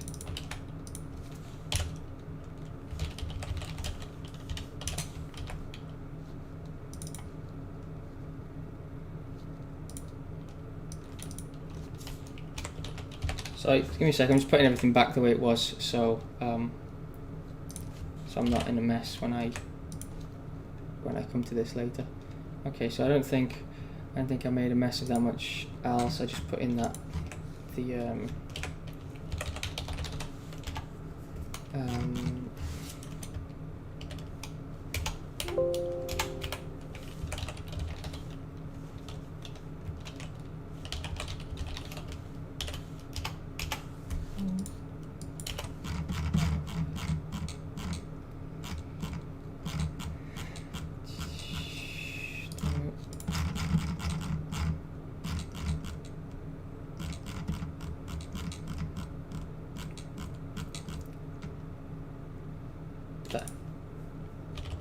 I want that on, and we also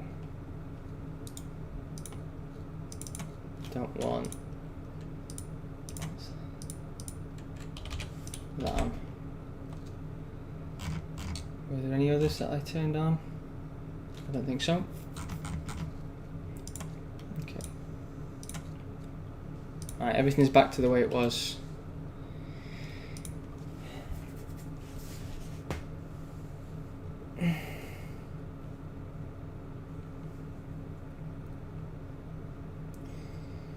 Can the mages walk on the bridges, or will they fall? It depends on their movement freedom setting. We got into a see the movement freedom for a creature is individual, but the movement freedom for the player is colony wide. Because if you place a marker on a place that's only accessible by bridge, you can't have a mix of ants that can and can't make bridges, because there's not really a way to handle that. Let's say you had a free play colony with leafcutter ants and fire ants. And the fire ants can make the bridge, and the leafcutter ants can't. If you had only leafcutter ants in group 2, say, and that's one you were dealing with, you shouldn't really be able to place that on that island, because the leafcutter ants won't know what to do. So there's two options. This will be for free play after fire ants has come out, deciding how to tackle this. I think on launch, fire ants in free play might be fire ant only. Because we've got to make a decision whether we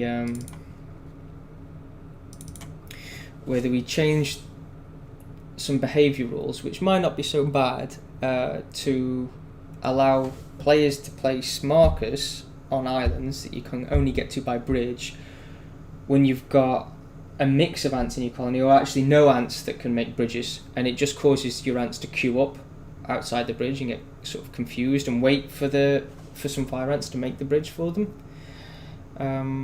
The other way requires Matt to do a bunch of animation work and make the other ants into bridge builders. I think we're going to play around with their behaviour, but I don't know how.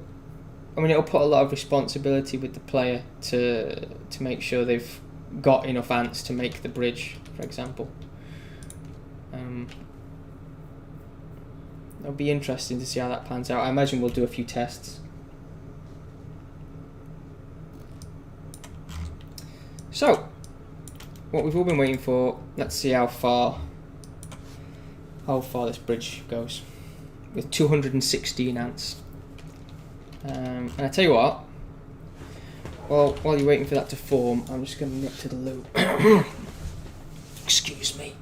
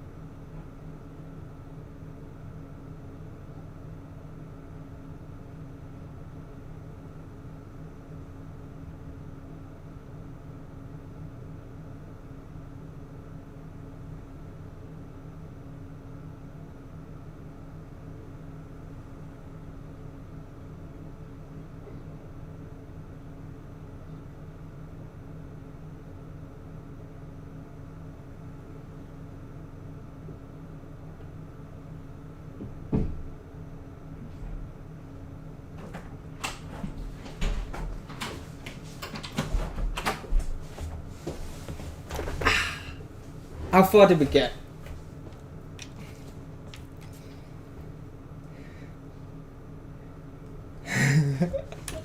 That's not bad. I think we just passed. I think what 2/5.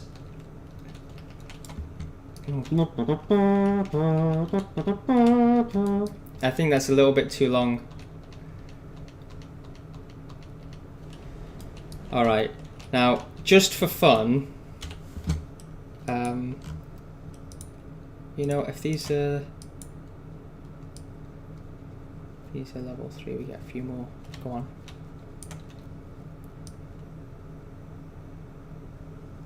You know, if they're bigger, they can stretch further. But I think they'll have to come out of the bridge to grow. But these ones that come out will be nice and big.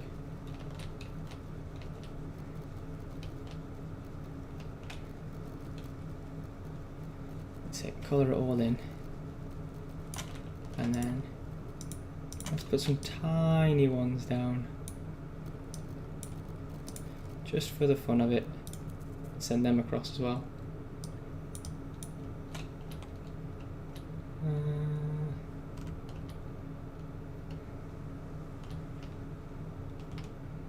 Is anyone else going? I think there's a maximum amount that could be building at once, which could be troublesome actually. Yeah, for they're going to go in waves. I think there's a limit to how many are allowed on the bridge at once. Allowed to be constructing it. It should probably be just set to be a rate. I'll make a note.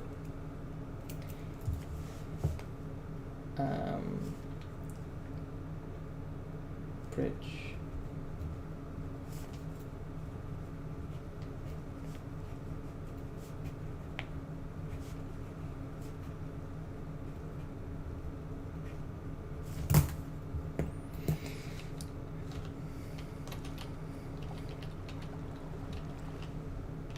We're definitely going to need more.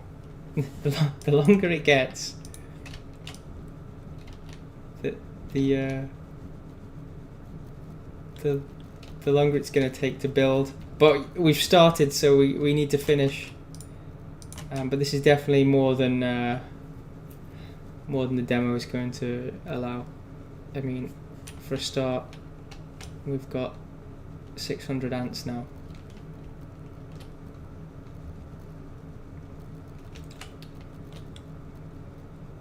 Which will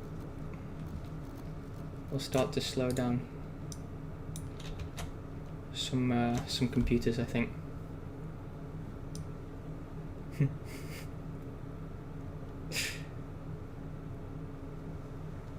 You know that this is going to get like exponentially slower and slower. They're still coming. It's quite relaxing, really.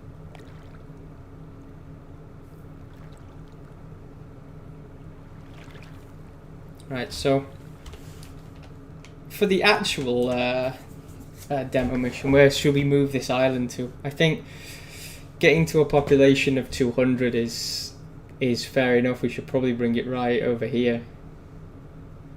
Maybe around here somewhere. 250-ish. This is definitely the biggest bridge that's ever been built.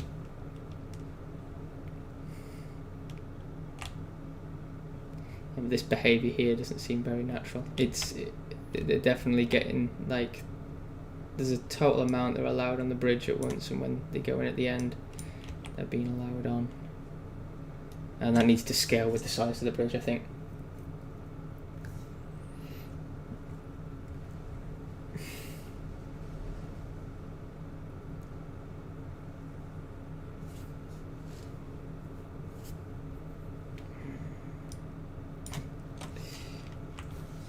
They're almost there.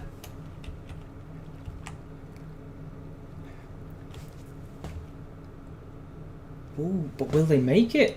We might need some. No, we've got enough there. Do you think?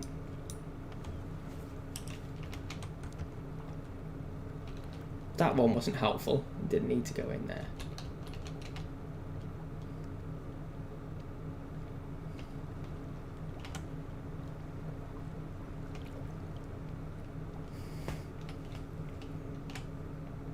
Come on.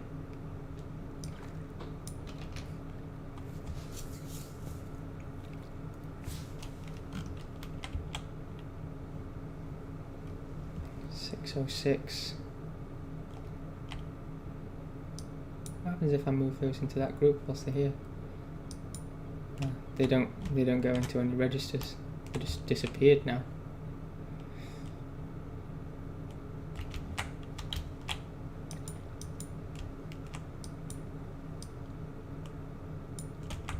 I want to just move that number over actually so they're instantly registered.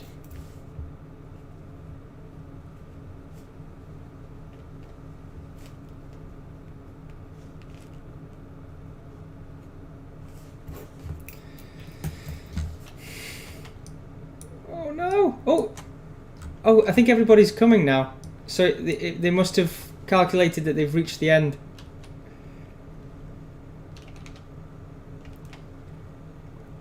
Yeah, they can get across there now. Hey!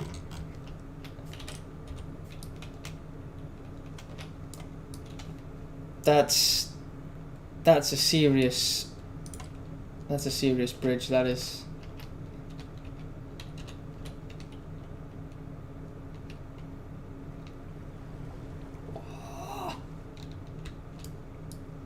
I need to get my ant warp camera just right.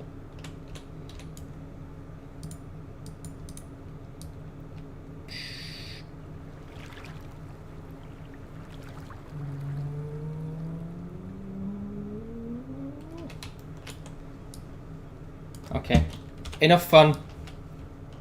Let's bring them home and make sure it works. See if it deconstructs. I shouldn't wait for that to happen, should I? Because it'll have the same problem. There'll be a maximum amount that can come off at once.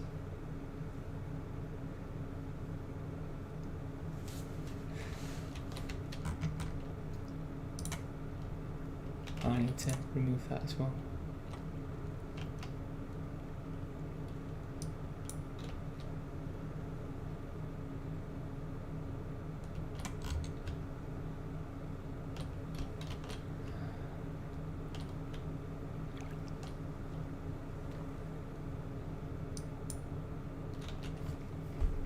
And the register has to get to 0 before the bridge will deconstruct.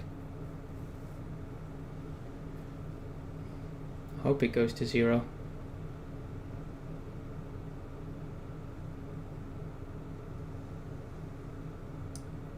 Yeah, here they come. That's it. That's the maximum amount they're allowed. So they'll go. I'm not waiting for this to happen. The bridge is done. That may be the longest bridge that will ever be created, because we're about to bring that island much closer. Right, it really needs to be around here, doesn't it? Let's be sensible. That's already massive.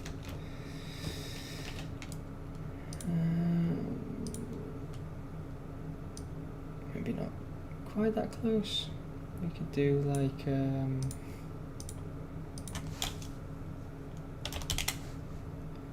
something like that. The other thing is we no longer need the map to be really this big.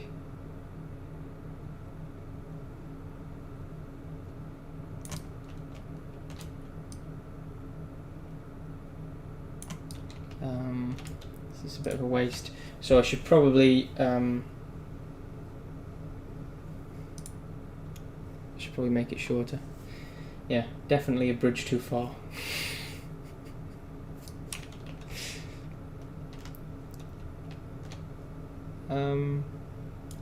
Let's move this. You know, there shouldn't be any issues making it smaller. I'll just make sure this this bridge head is not going to cause problems. There we go. Is that straight? No, it isn't, but it will be in a minute. First of all, let's save, and then I'm going to make the map a little bit more square. That's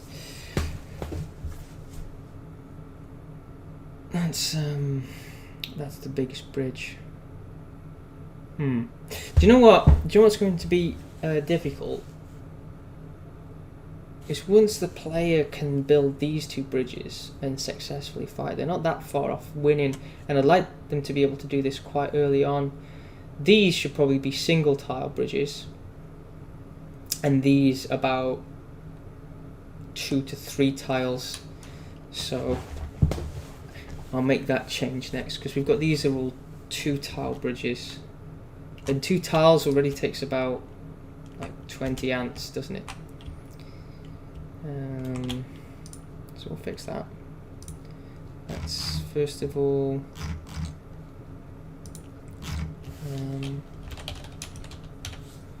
go to the tile generation, press this dangerous button, and very fortunately we put the promised land on the right, so when we remove tiles we shouldn't remove all of our hard work over here, I think. If it does remove it, I'm just going to keep it wide, don't care. A bit too much.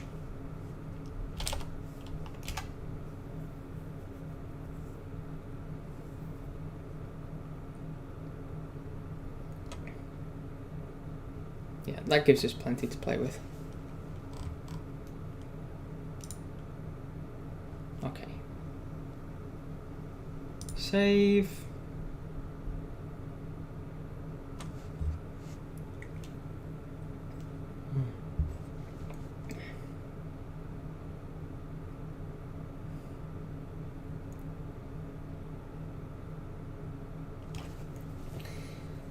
We having suggestions for what the scientists are going to do?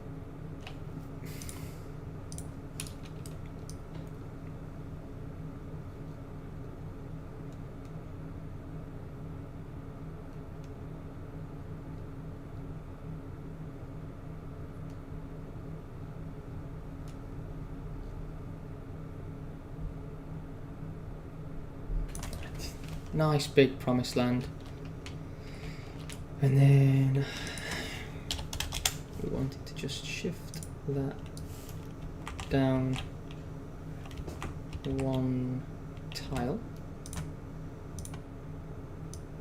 to there.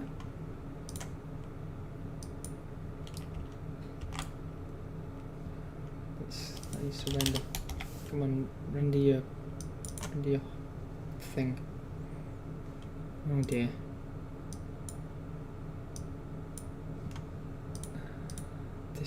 This happened last time, didn't it? When we...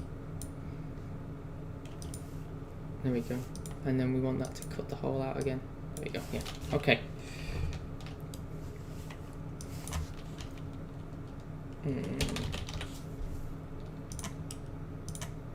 That one.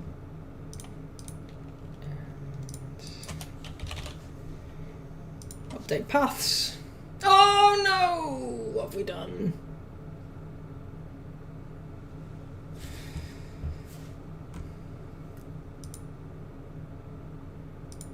I bet when we did that,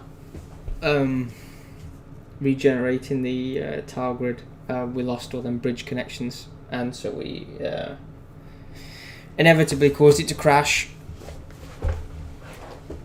I'll just have to wiggle them all, it'll be fine. What's going on?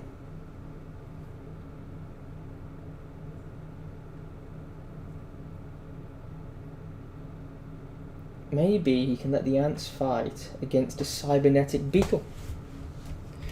Well, That's got my vote.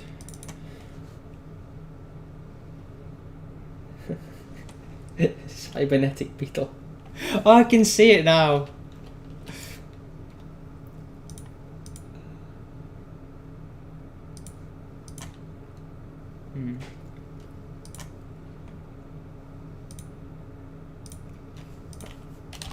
Let's do this again.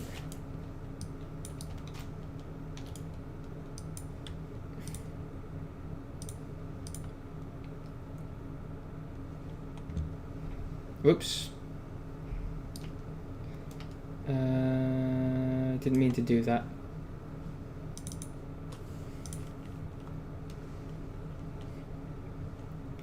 Another great feature of the level editor is that there is no undo button.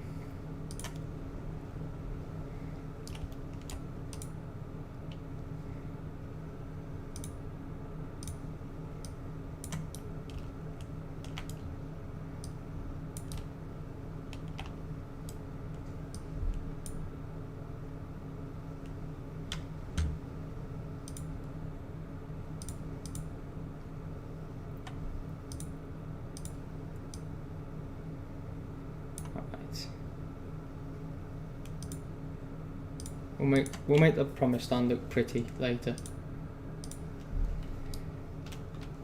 For now, we just want to get all these bridges set up properly again without crashing it. Ooh, it's windy here.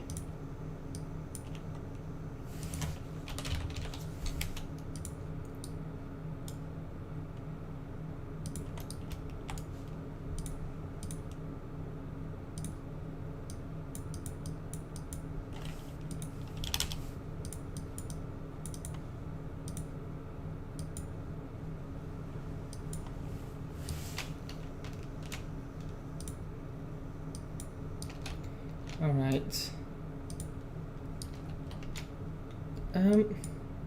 These still appear to be fine. So... Oh, but there's a warning on them. Look.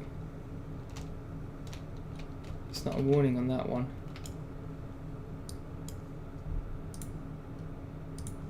It's warning me that if I try and play, it'll crash.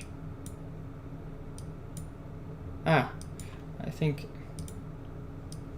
I just need to rub this thing. There's holes in the map. You start to see why we can't release this. Who would know? You have to rub the floor with the magic wipe. That's not in the right place. I wanted it there. Right, that seems happy now.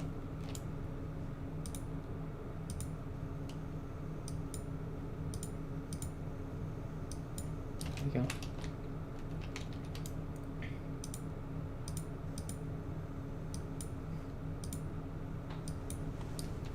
I think we might. You know what? We're gonna have the same problem with the ramps, aren't we? It was never really designed to be able to change how many tiles, like the size of the world, after you've made it. We're supposed to just know beforehand. So I've got myself into a mess now. But there's not that many bridges. We've got to move some of these again anyway.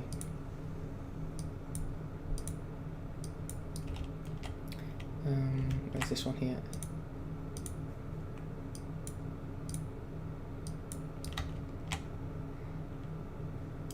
Saving for sure.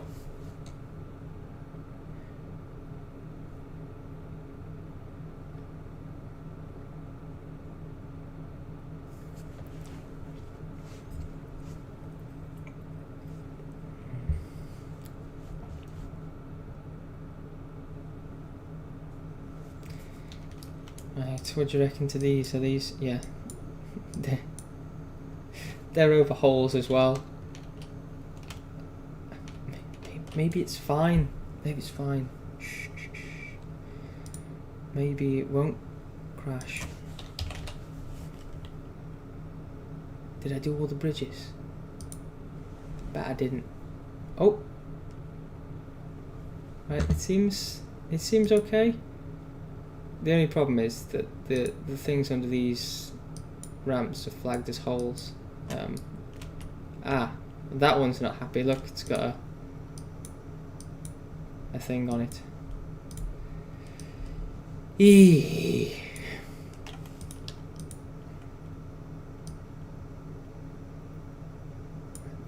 Where was that come from? There.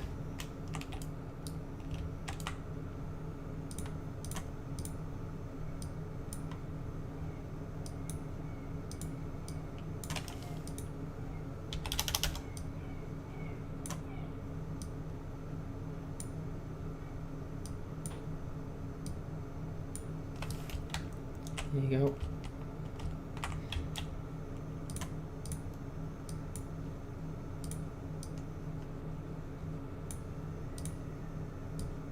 Put you back.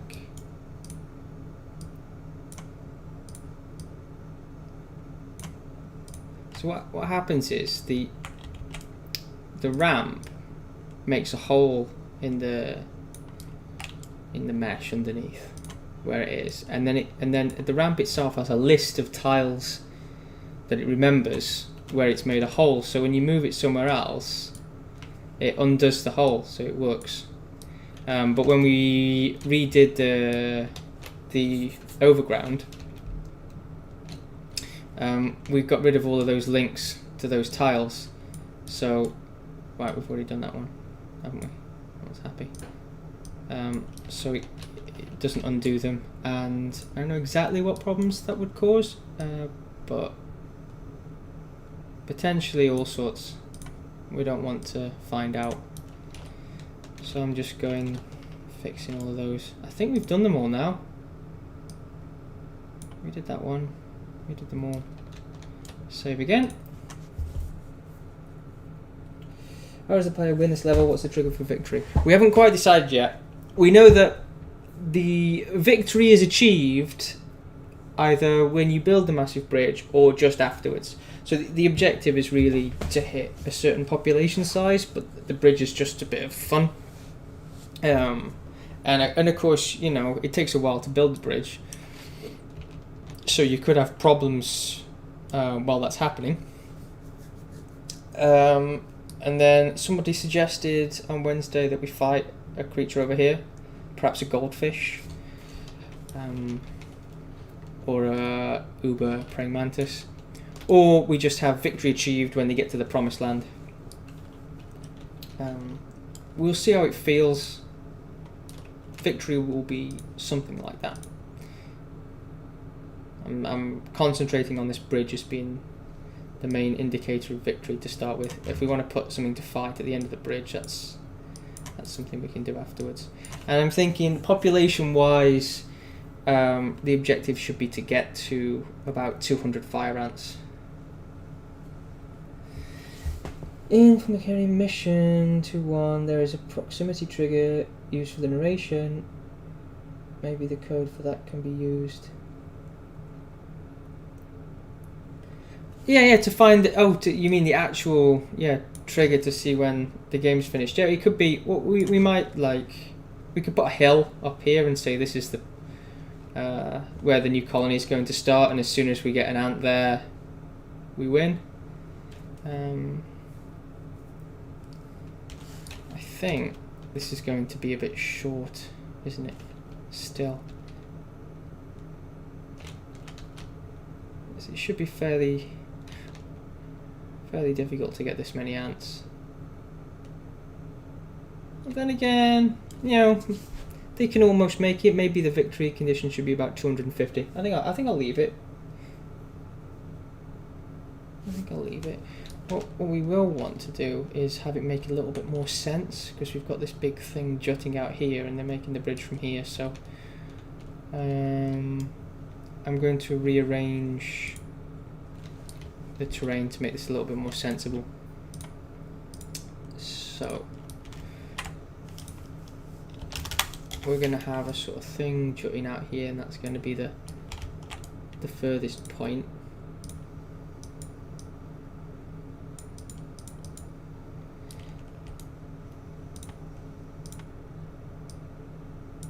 And over here we're going to shave down the promised land a little bit. So,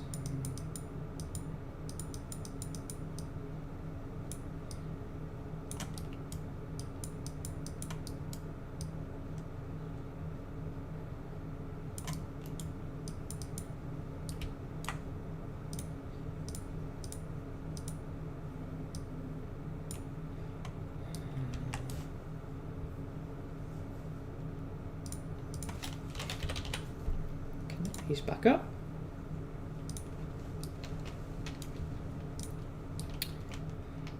Make sure that's the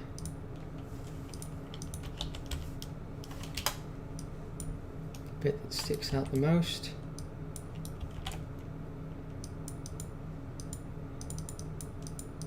That's the where you want to land. Okay.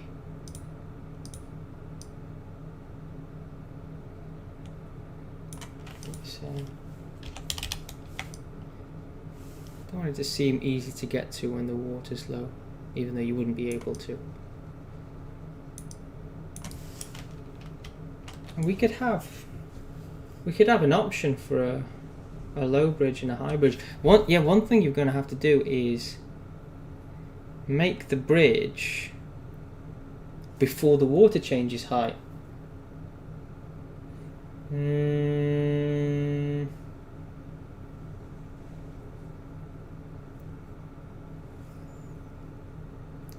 Maybe the bridge should be built on the low ground, and then when the water level comes up, the ants wash away.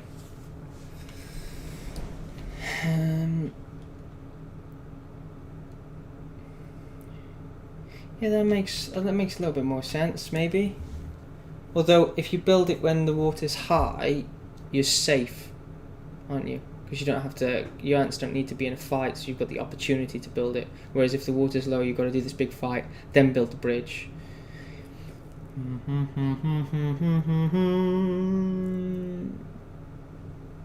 when the water drops, the ants will, well, they'll get into trouble. We'll see. Wow, we can simulate that. We can simulate that.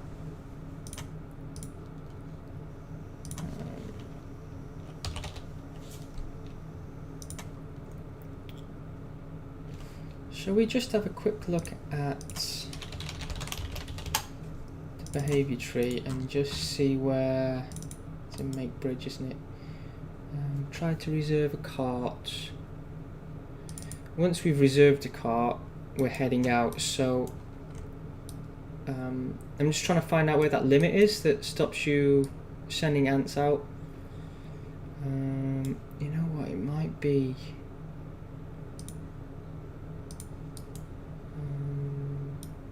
Complete? No.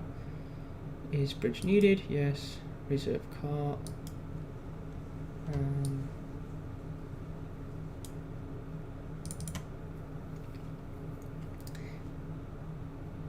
I wonder if it's actually something we can change on the bridge itself.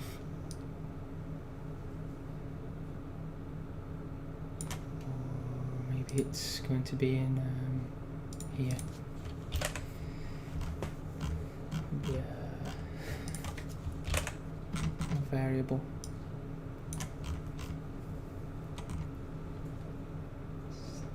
Maximum number of bridge carts. That'll be it. 20.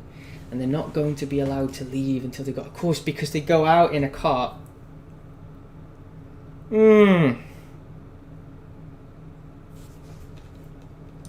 I'm going to have to speak to Matt about this, because what we really want is for this maximum bridge carts to be variable.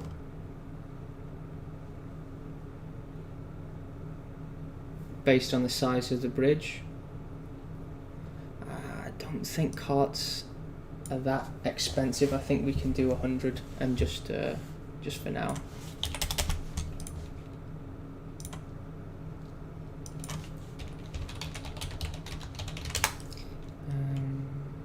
Find bridgehead. Check that out. Compile that. How long will it take for the water level to change? If too short, it might be impossible. Yeah, exactly. We'll have to have a long period on the water level changing so that you've got the opportunity to make the bridge, but perhaps the player should feel like if they start the bridge too late, it's going to be destroyed, so they need to plan it and wait for the water to come up and then know that they've got to make the bridge straight away, and then maybe we'll time it so that full bridge construction takes, maybe a quarter of the time for a water level change. I don't want the water to change too fast, so anyway, they should make the bridge a bit faster now, if that was the right variable I changed. If that bridge can generate 100 carts. Let's see.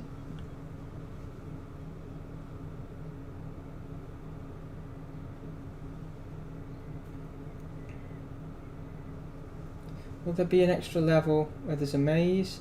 It wasn't one of the extra levels like that, where it's not really a maze, but you have to choose which bits you dig out. I can't remember what it's called. You can instantly dig things, and you dig them out, and it releases the creatures, and then it's like a puzzle. And if you do it in the wrong order, you'll get destroyed. Will fire ant bridge tiles be marked coloured so that you can see where you can build them, or will they just be the best route to an island themselves? Right, so when there's a fire ant bridge, there'll only be one route to the island. It looks like this is working. They're building it much faster now, aren't they? With 100 carts. We could put something on the mini-map to sort of indicate where the bridges are. But you'll know straight away if you take like an empty marker like this and put it down. You can see on the minimap, it shows you that there's a bridge available, because you wouldn't be able to do this otherwise. You notice it follows the path of the bridge, so you can just use that to find where the bridges are. But yeah, maybe they should be marked on the map. Okay, so right. I wanted to do something to the water, but we don't actually have that set up because I unplugged it. Let's put it back on the left bracket. Stick it here. If the water is add one to the water level, if it's greater than 3.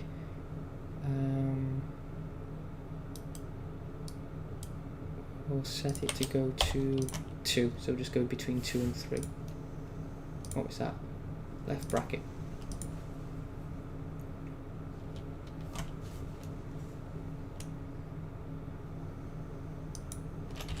Just make sure that works. No, it's going too far. It's trying to go all the way.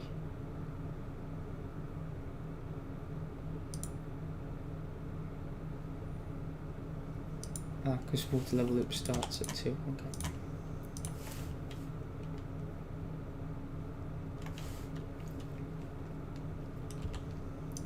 Let's get the fire ants out. Right, so if I press that, it should go to 2. Right, and at the moment, if I click, I just use any group and I click over here, it doesn't work. So they're not connected, so you know that there's no way across. And if I raise the water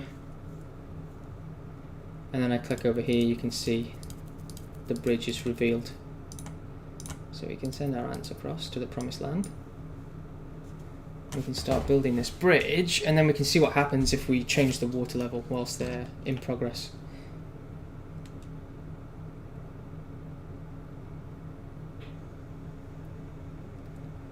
Yeah, I will put some stuff on the map. It won't just look like this. Well, the last thing to do is to decorate it,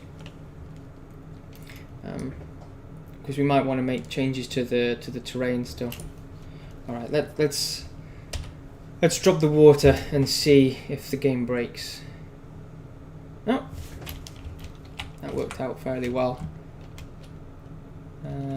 These ones died because they had nowhere to go. I mean, it would be nice to have some more graphical things, but essentially that worked okay. It'd be nice to have them float away or something. But then these ones here, they dropped on this land and they found their way home. So I'm quite pleased with that. You don't necessarily lose all your ants. But that's pretty catastrophic when the bridge collapses and all of these ones die. Right, so we've got all of the bits in place. Next we need places for creatures to spawn on these islands.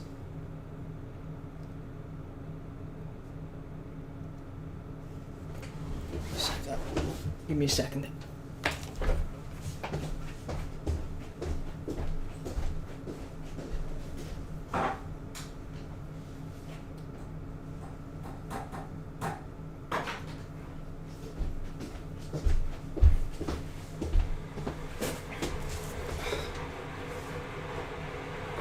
Put the kettle on. I don't usually talk for this long without a hot drink. Right. Right, 5. We'll make some little caverns and things for the creatures to spawn. Make those sort of central, and they can wander around.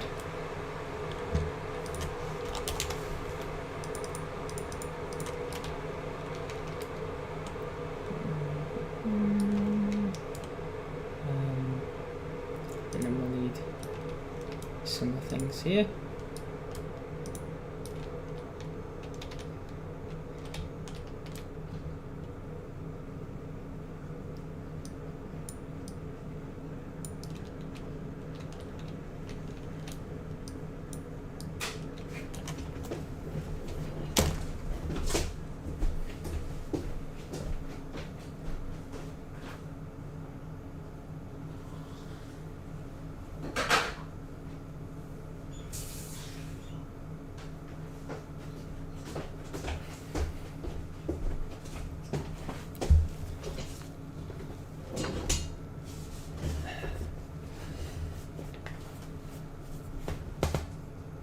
What would happen if the ants fall into a place where they wouldn't die but can't get back to the nest? Ah, right, Mike's answered it. Yeah, they. I can show you that actually. Nice little demo. If we make some walls here and here.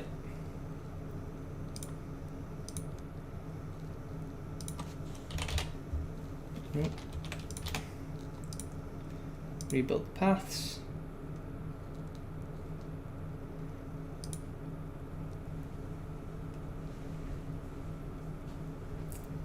And send the ants out.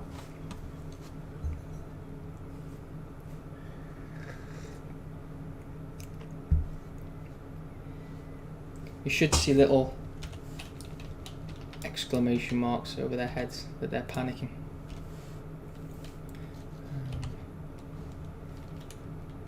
Oops. They just changed the water to the same level and it killed everybody. Pause it so we can watch. They all fall instantly and then they panic and then eventually they seem to be floating a little bit in the water there. But at least the game didn't break, that's the important thing. Everybody understands the rules and everything works, and we can just... you can't actually tell that they made that little movement from above as well.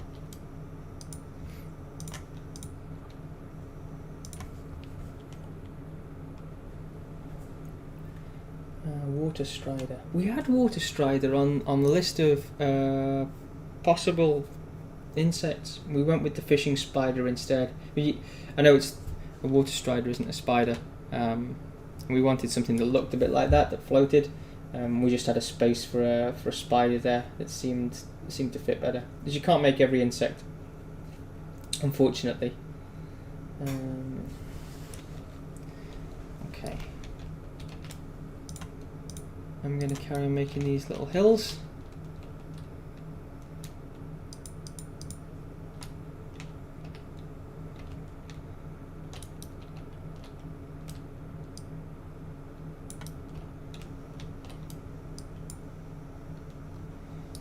I mean, it'd be fun if there was an ant colony on one of these, but I think maybe that's a little bit... Is that a little bit overkill? I haven't got very long to make this this mission. And it'd be quicker if I just had it spawn creatures. But I could put no, it'd take too long to balance. I'll make work for myself. It's got to be done in a couple of weeks, I think. So just creatures spawning for now. There's loads of enemy colony stuff coming in the update anyway.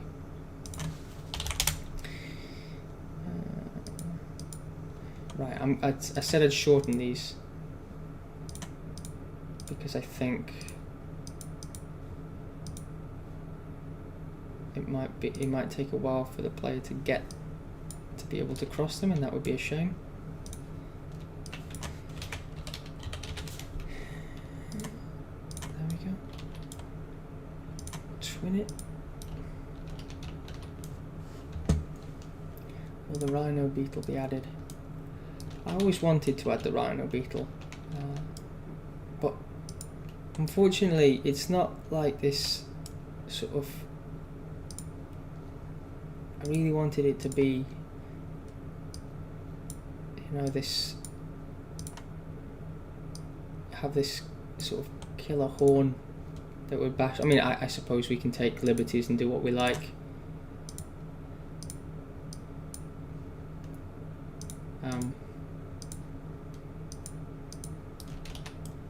I don't think the ants would find them that scary.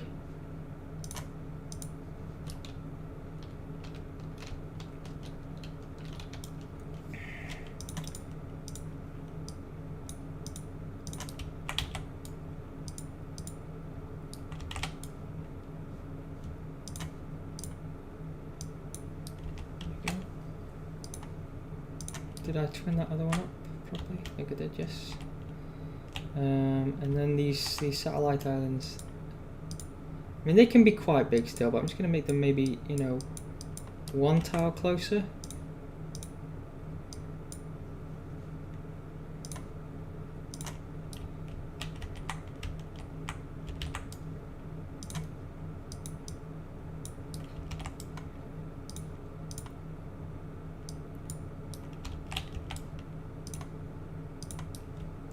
A little bit small.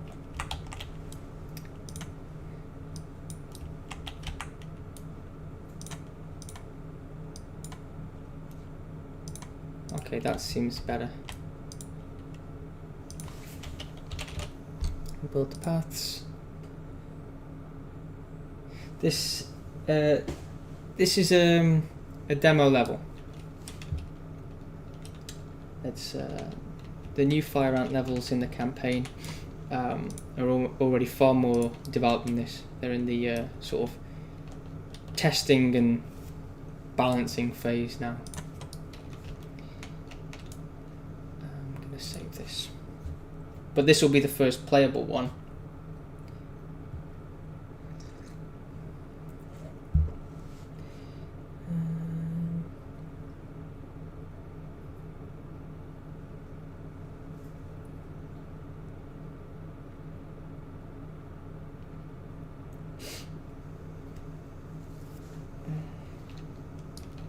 You know, I've mentioned that there should be a colony on an island, and I can't get it out of my head. I've got to stop thinking about it, because I really want to do it now. There's no time. We want an OG tunnel spawner,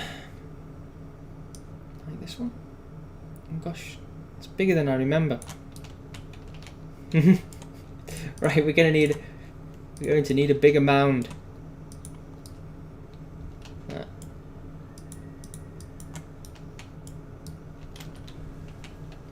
There we go.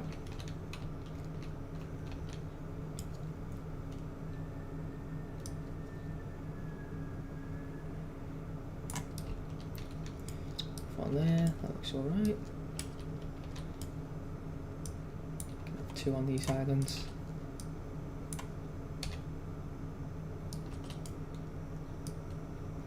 Scooch it in there. Looks good. And then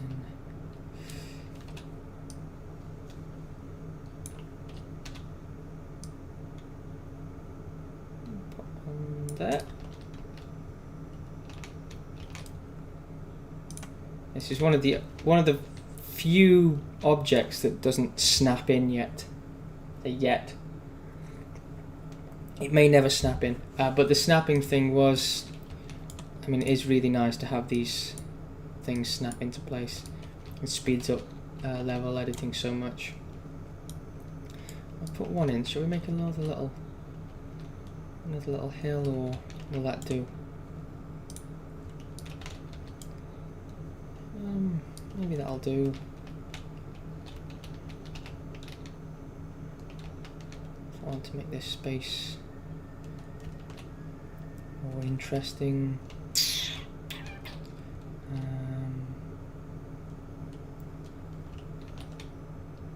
No, that's okay. That's okay.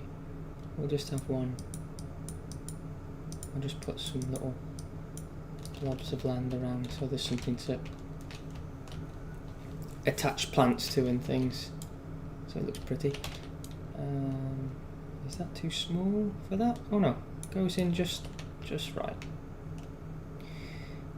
And then we need to do these ones over here.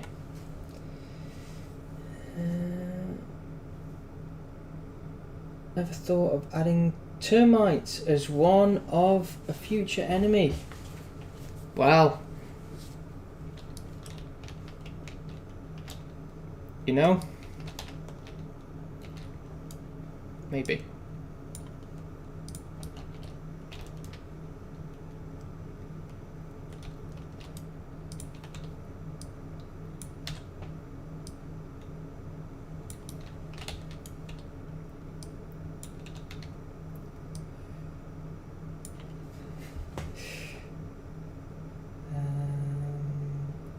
I'd like to see a function of the creature spawner, but it's a hole in the ground similar to the very old nest entrance exit site.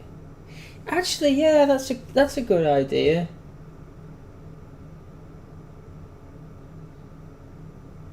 Yeah.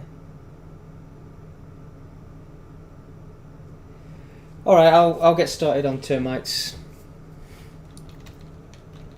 Termites for the next expansion, then.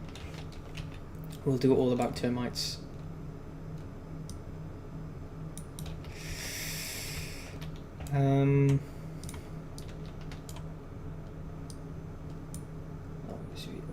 Yeah, that's a good idea actually. It's a bit silly how creatures have to go into a wall, but ants can come out of this, and we'd only need, like, we could just do a hex version of this, so it's just one little hole.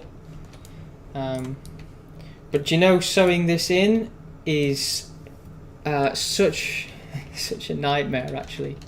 If you want to actually look at how this works, so you know when I press this button to route like paths. I don't know who's been like watching since we had the problems earlier. Actually, what I'll do is if I press play, I hope I don't crash something. If I press play and I do this here whilst we're paused. So all this stuff, sort of these arrows indicate which tiles are accessible in which directions, because the Pathfinder searches the 6 surrounding hexagons and then 6 that surround that, so each center point links to 12 tiles, and it uses this system to find the shortest paths to different places. And it's fine on these open areas. There's an algorithm that handles all of the terrain and deals with it nicely. But when you have these objects, they act a little bit differently because the hexagons aren't regular anymore. Like, so for example here, that's the center of where the hexagon was, but this is now the new actual path point that the ants will take, and all of this has to be done properly in order to stop them getting stuck on the walls. We're quite proud of the fact that they don't get stuck on the walls anymore, or at least we haven't seen it in a long time, and it's a problem that Empire's had for years, where ants sort of getting stuck on edges and things, and this type of thing was the solution. So if I actually open the surface tunnel here, and I look at this, stop the game. I'm going to open this, and you'll see all of these. There's nodes everywhere. Each node has some data with it, and these numbers 0, 2, 3, 11, 7, X, they indicate which other tiles they connect to. I don't remember what the difference between M and X are. It looks like they can do two things. So there's numbers, and then there's letters on the end that control different ways in which these work. Whether they connect to outer tiles, or because you've got tiles out here as well that aren't part of the object, and they have to be sewn in. So these all have to be sewn into each other, and then they have to be sewn into the outside ones, and the outside ones have to sew back in so that they can go in two directions. And then you've got even more mess when they go underground, and then down here where the ants spawn, where you never see, in this little area down here, there's other tiles. And all of these have to be connected in such a way that they don't sort of get stuck on the wall here whilst they're trying to get upstairs. So just to point out that if we wanted another spawner that was just this hexagon sort of here and it did other creatures, it's totally doable, and we'd go, oh yeah, it's a good idea, and then we've got to do all of those numbers, and then we get one number wrong or one thing we didn't think about because it's slightly different, and we're doing a week of testing before you know it. Where was I? I was trying to put one of these over here, wasn't I? And then that should be all of the tunnel exits.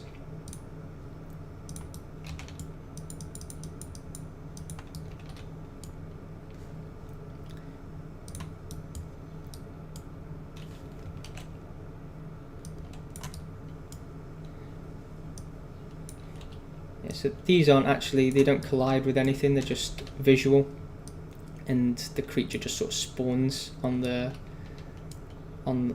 spot. It's not very elegant, but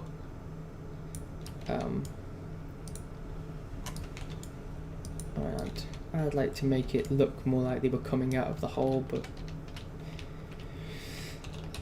priorities.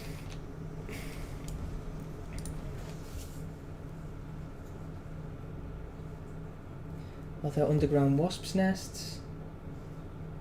Not yet.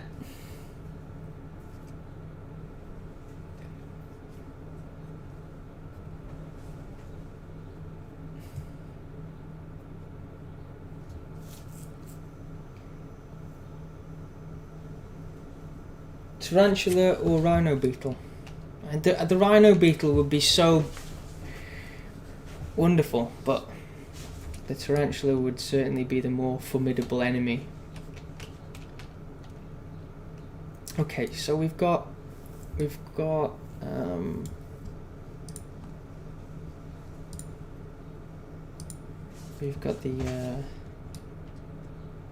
of structure of the map now. We're going to stick with this for a while, I think, up until the point of play testing it, and then if we see any problems, that's when we'll start to mess.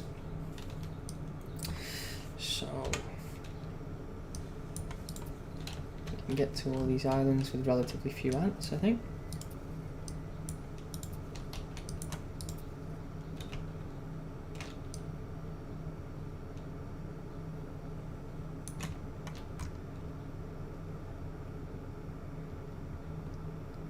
We could do with smoothing out this movement here as well. They're a little bit robotic, the way they get into position. Don't mind it so much when they're crossing the bridge, but yeah, that initial bit. Okay, very nice. Let's see if we can get one patrol in before I finish. It's supposed to be going in 10 minutes. I can't believe we've been going for 3 hours.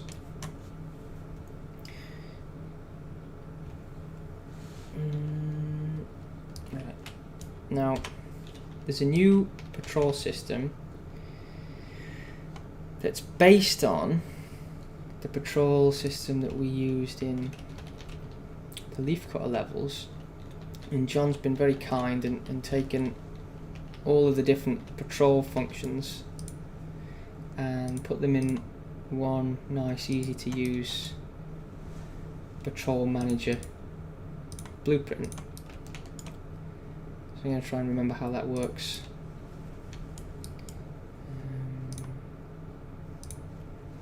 So I think I need, there's a widget for it here. Okay.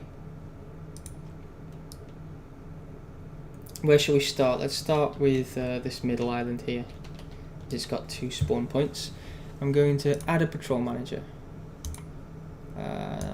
Okay, it's created one for me. And then I want to add a new patrol route. I think I click to make the route. No, I don't. That's selected the tar grid.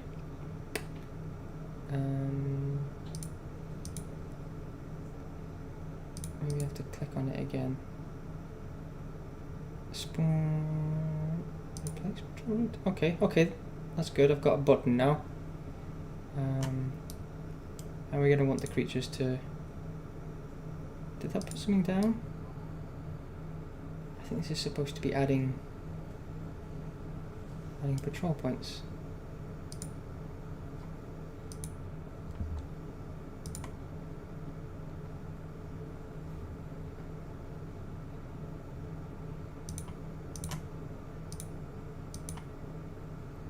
Oh, I've got one over there. I'm definitely not using this right. Tell you what, I'll stop creating route. This thing's great, but I think the main thing was that sometimes things that make life easier can make life more difficult. Right, we'll call this Island 2, so it's the middle island, and we can just copy these patrol points to make the patrol.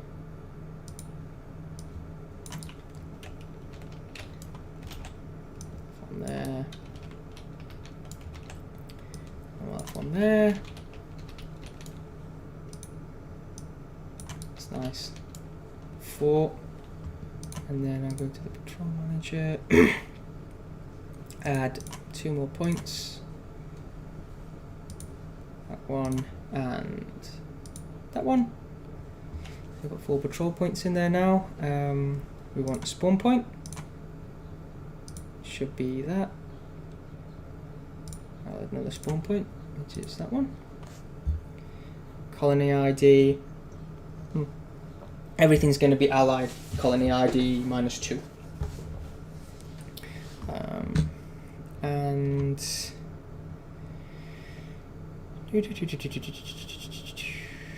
what's this? That's the name for the patrol route.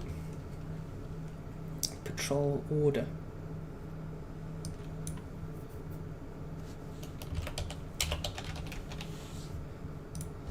Just one order.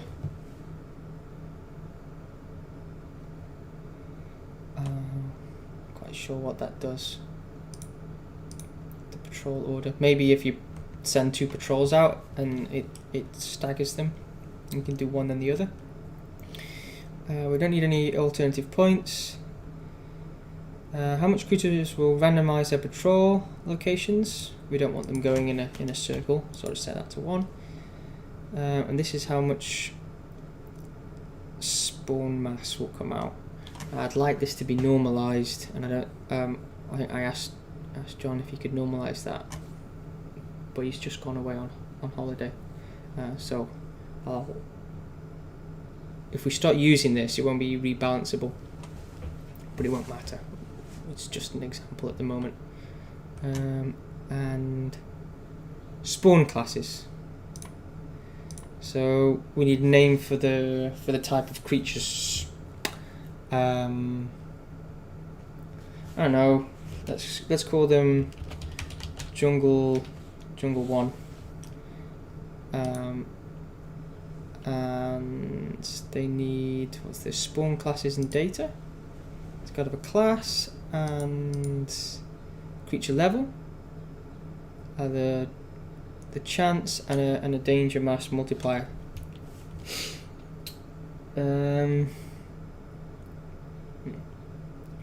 Now, happen to know that if I click this drop down, it's going to bring up a load of creature classes, a bunch of which are secret. So, what should I do? Can I like use OBS to... I know what I can do. Where's my face?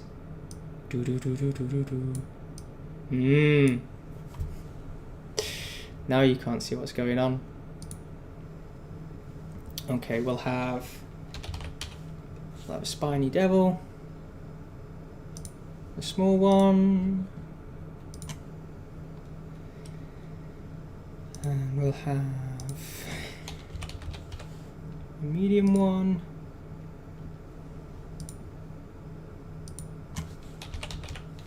a large one.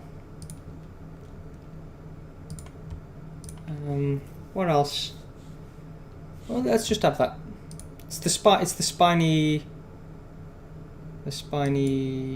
devil spawner. This area is. Okay, I'll make my face small again. There we go.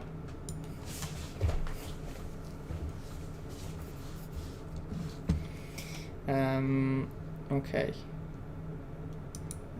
It's a shame we can't. Non-colony creatures only have 1 level most of the time. Yeah, and we use the 3 different sizes. Yeah, that's what we tended to do. Okay. Multiply the danger mass. We don't need to do that. Spawn chance weight. They can all be equal. And we've got this spawn mass set to 1,000. I'll save.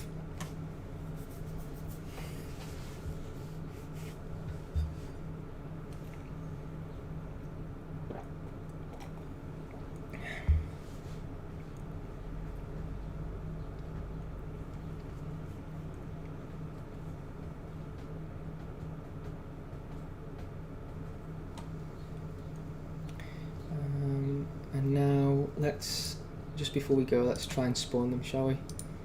Let's have this button.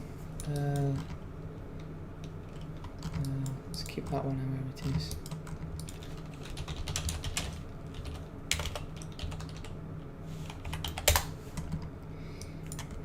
And let's grab the manager. And then, what will it be called? It will be something sensible, but I can't possibly launch. Is it launch?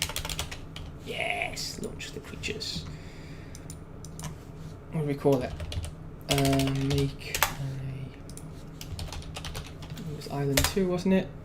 And this was Jungle 1. I don't want to track them. And then this is the time between spawns, I guess. and set it at 0.5 just to see them all come out. And then when I press that, that should send them all out.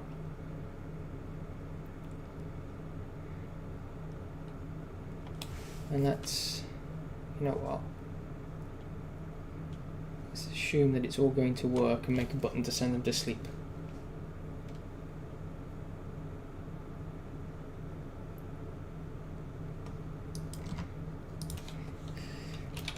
What's going on in the chat? Why is everyone obsessed with fish?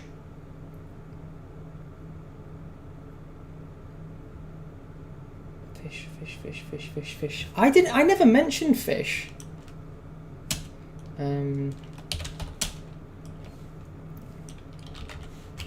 Comma to send them to sleep. We got to send tracking bucket to sleep. Ah, right. So we need a tracking bucket in order to send them to sleep. We're going to have to make some other function to send them all to attack the player, because I know that in the leaf cutter missions, the level kept track of an array of creatures. Or we could always get the bucket and just go through it that way. I guess we can give this a name. Can I just call that Fred? Because that's... yeah, okay. Send Fred to sleep when I press the comma. Let's see how that does.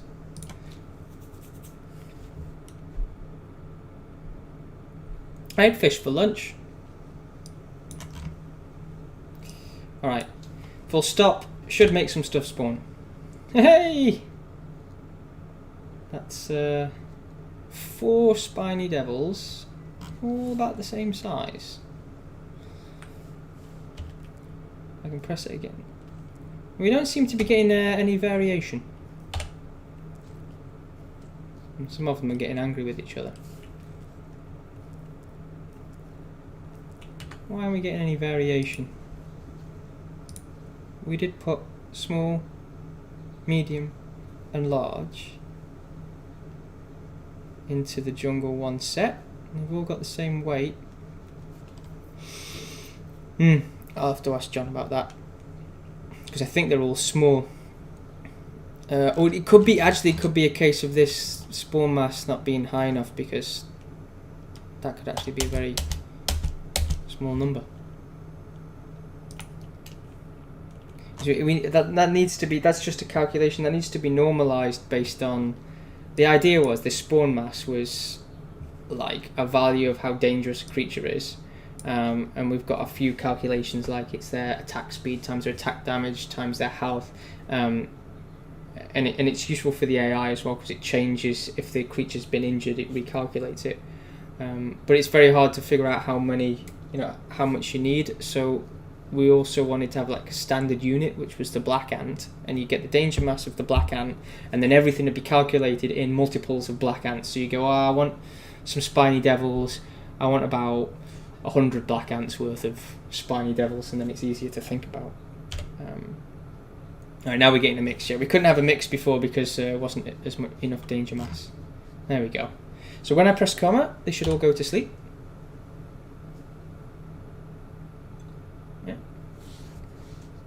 Some of them are still hanging around. I think that was a successful test. So we'll do that on the other islands, and then when the water goes down, we'll change their behaviour so they all come up and attack the queen. Right, I'm going to call that a day then. It was great. Thanks for coming along, everybody. It was nice to have a big crowd stick with me, even though I did about 45 minutes, I think, of trying to track down a bug that I didn't manage to solve in the end. So thanks for staying. I've still got to finish the levels, so maybe we'll do this again next week. It certainly keeps me focused. I haven't been able to stop and eat toast and watch YouTube, so that's definitely a plus. Right,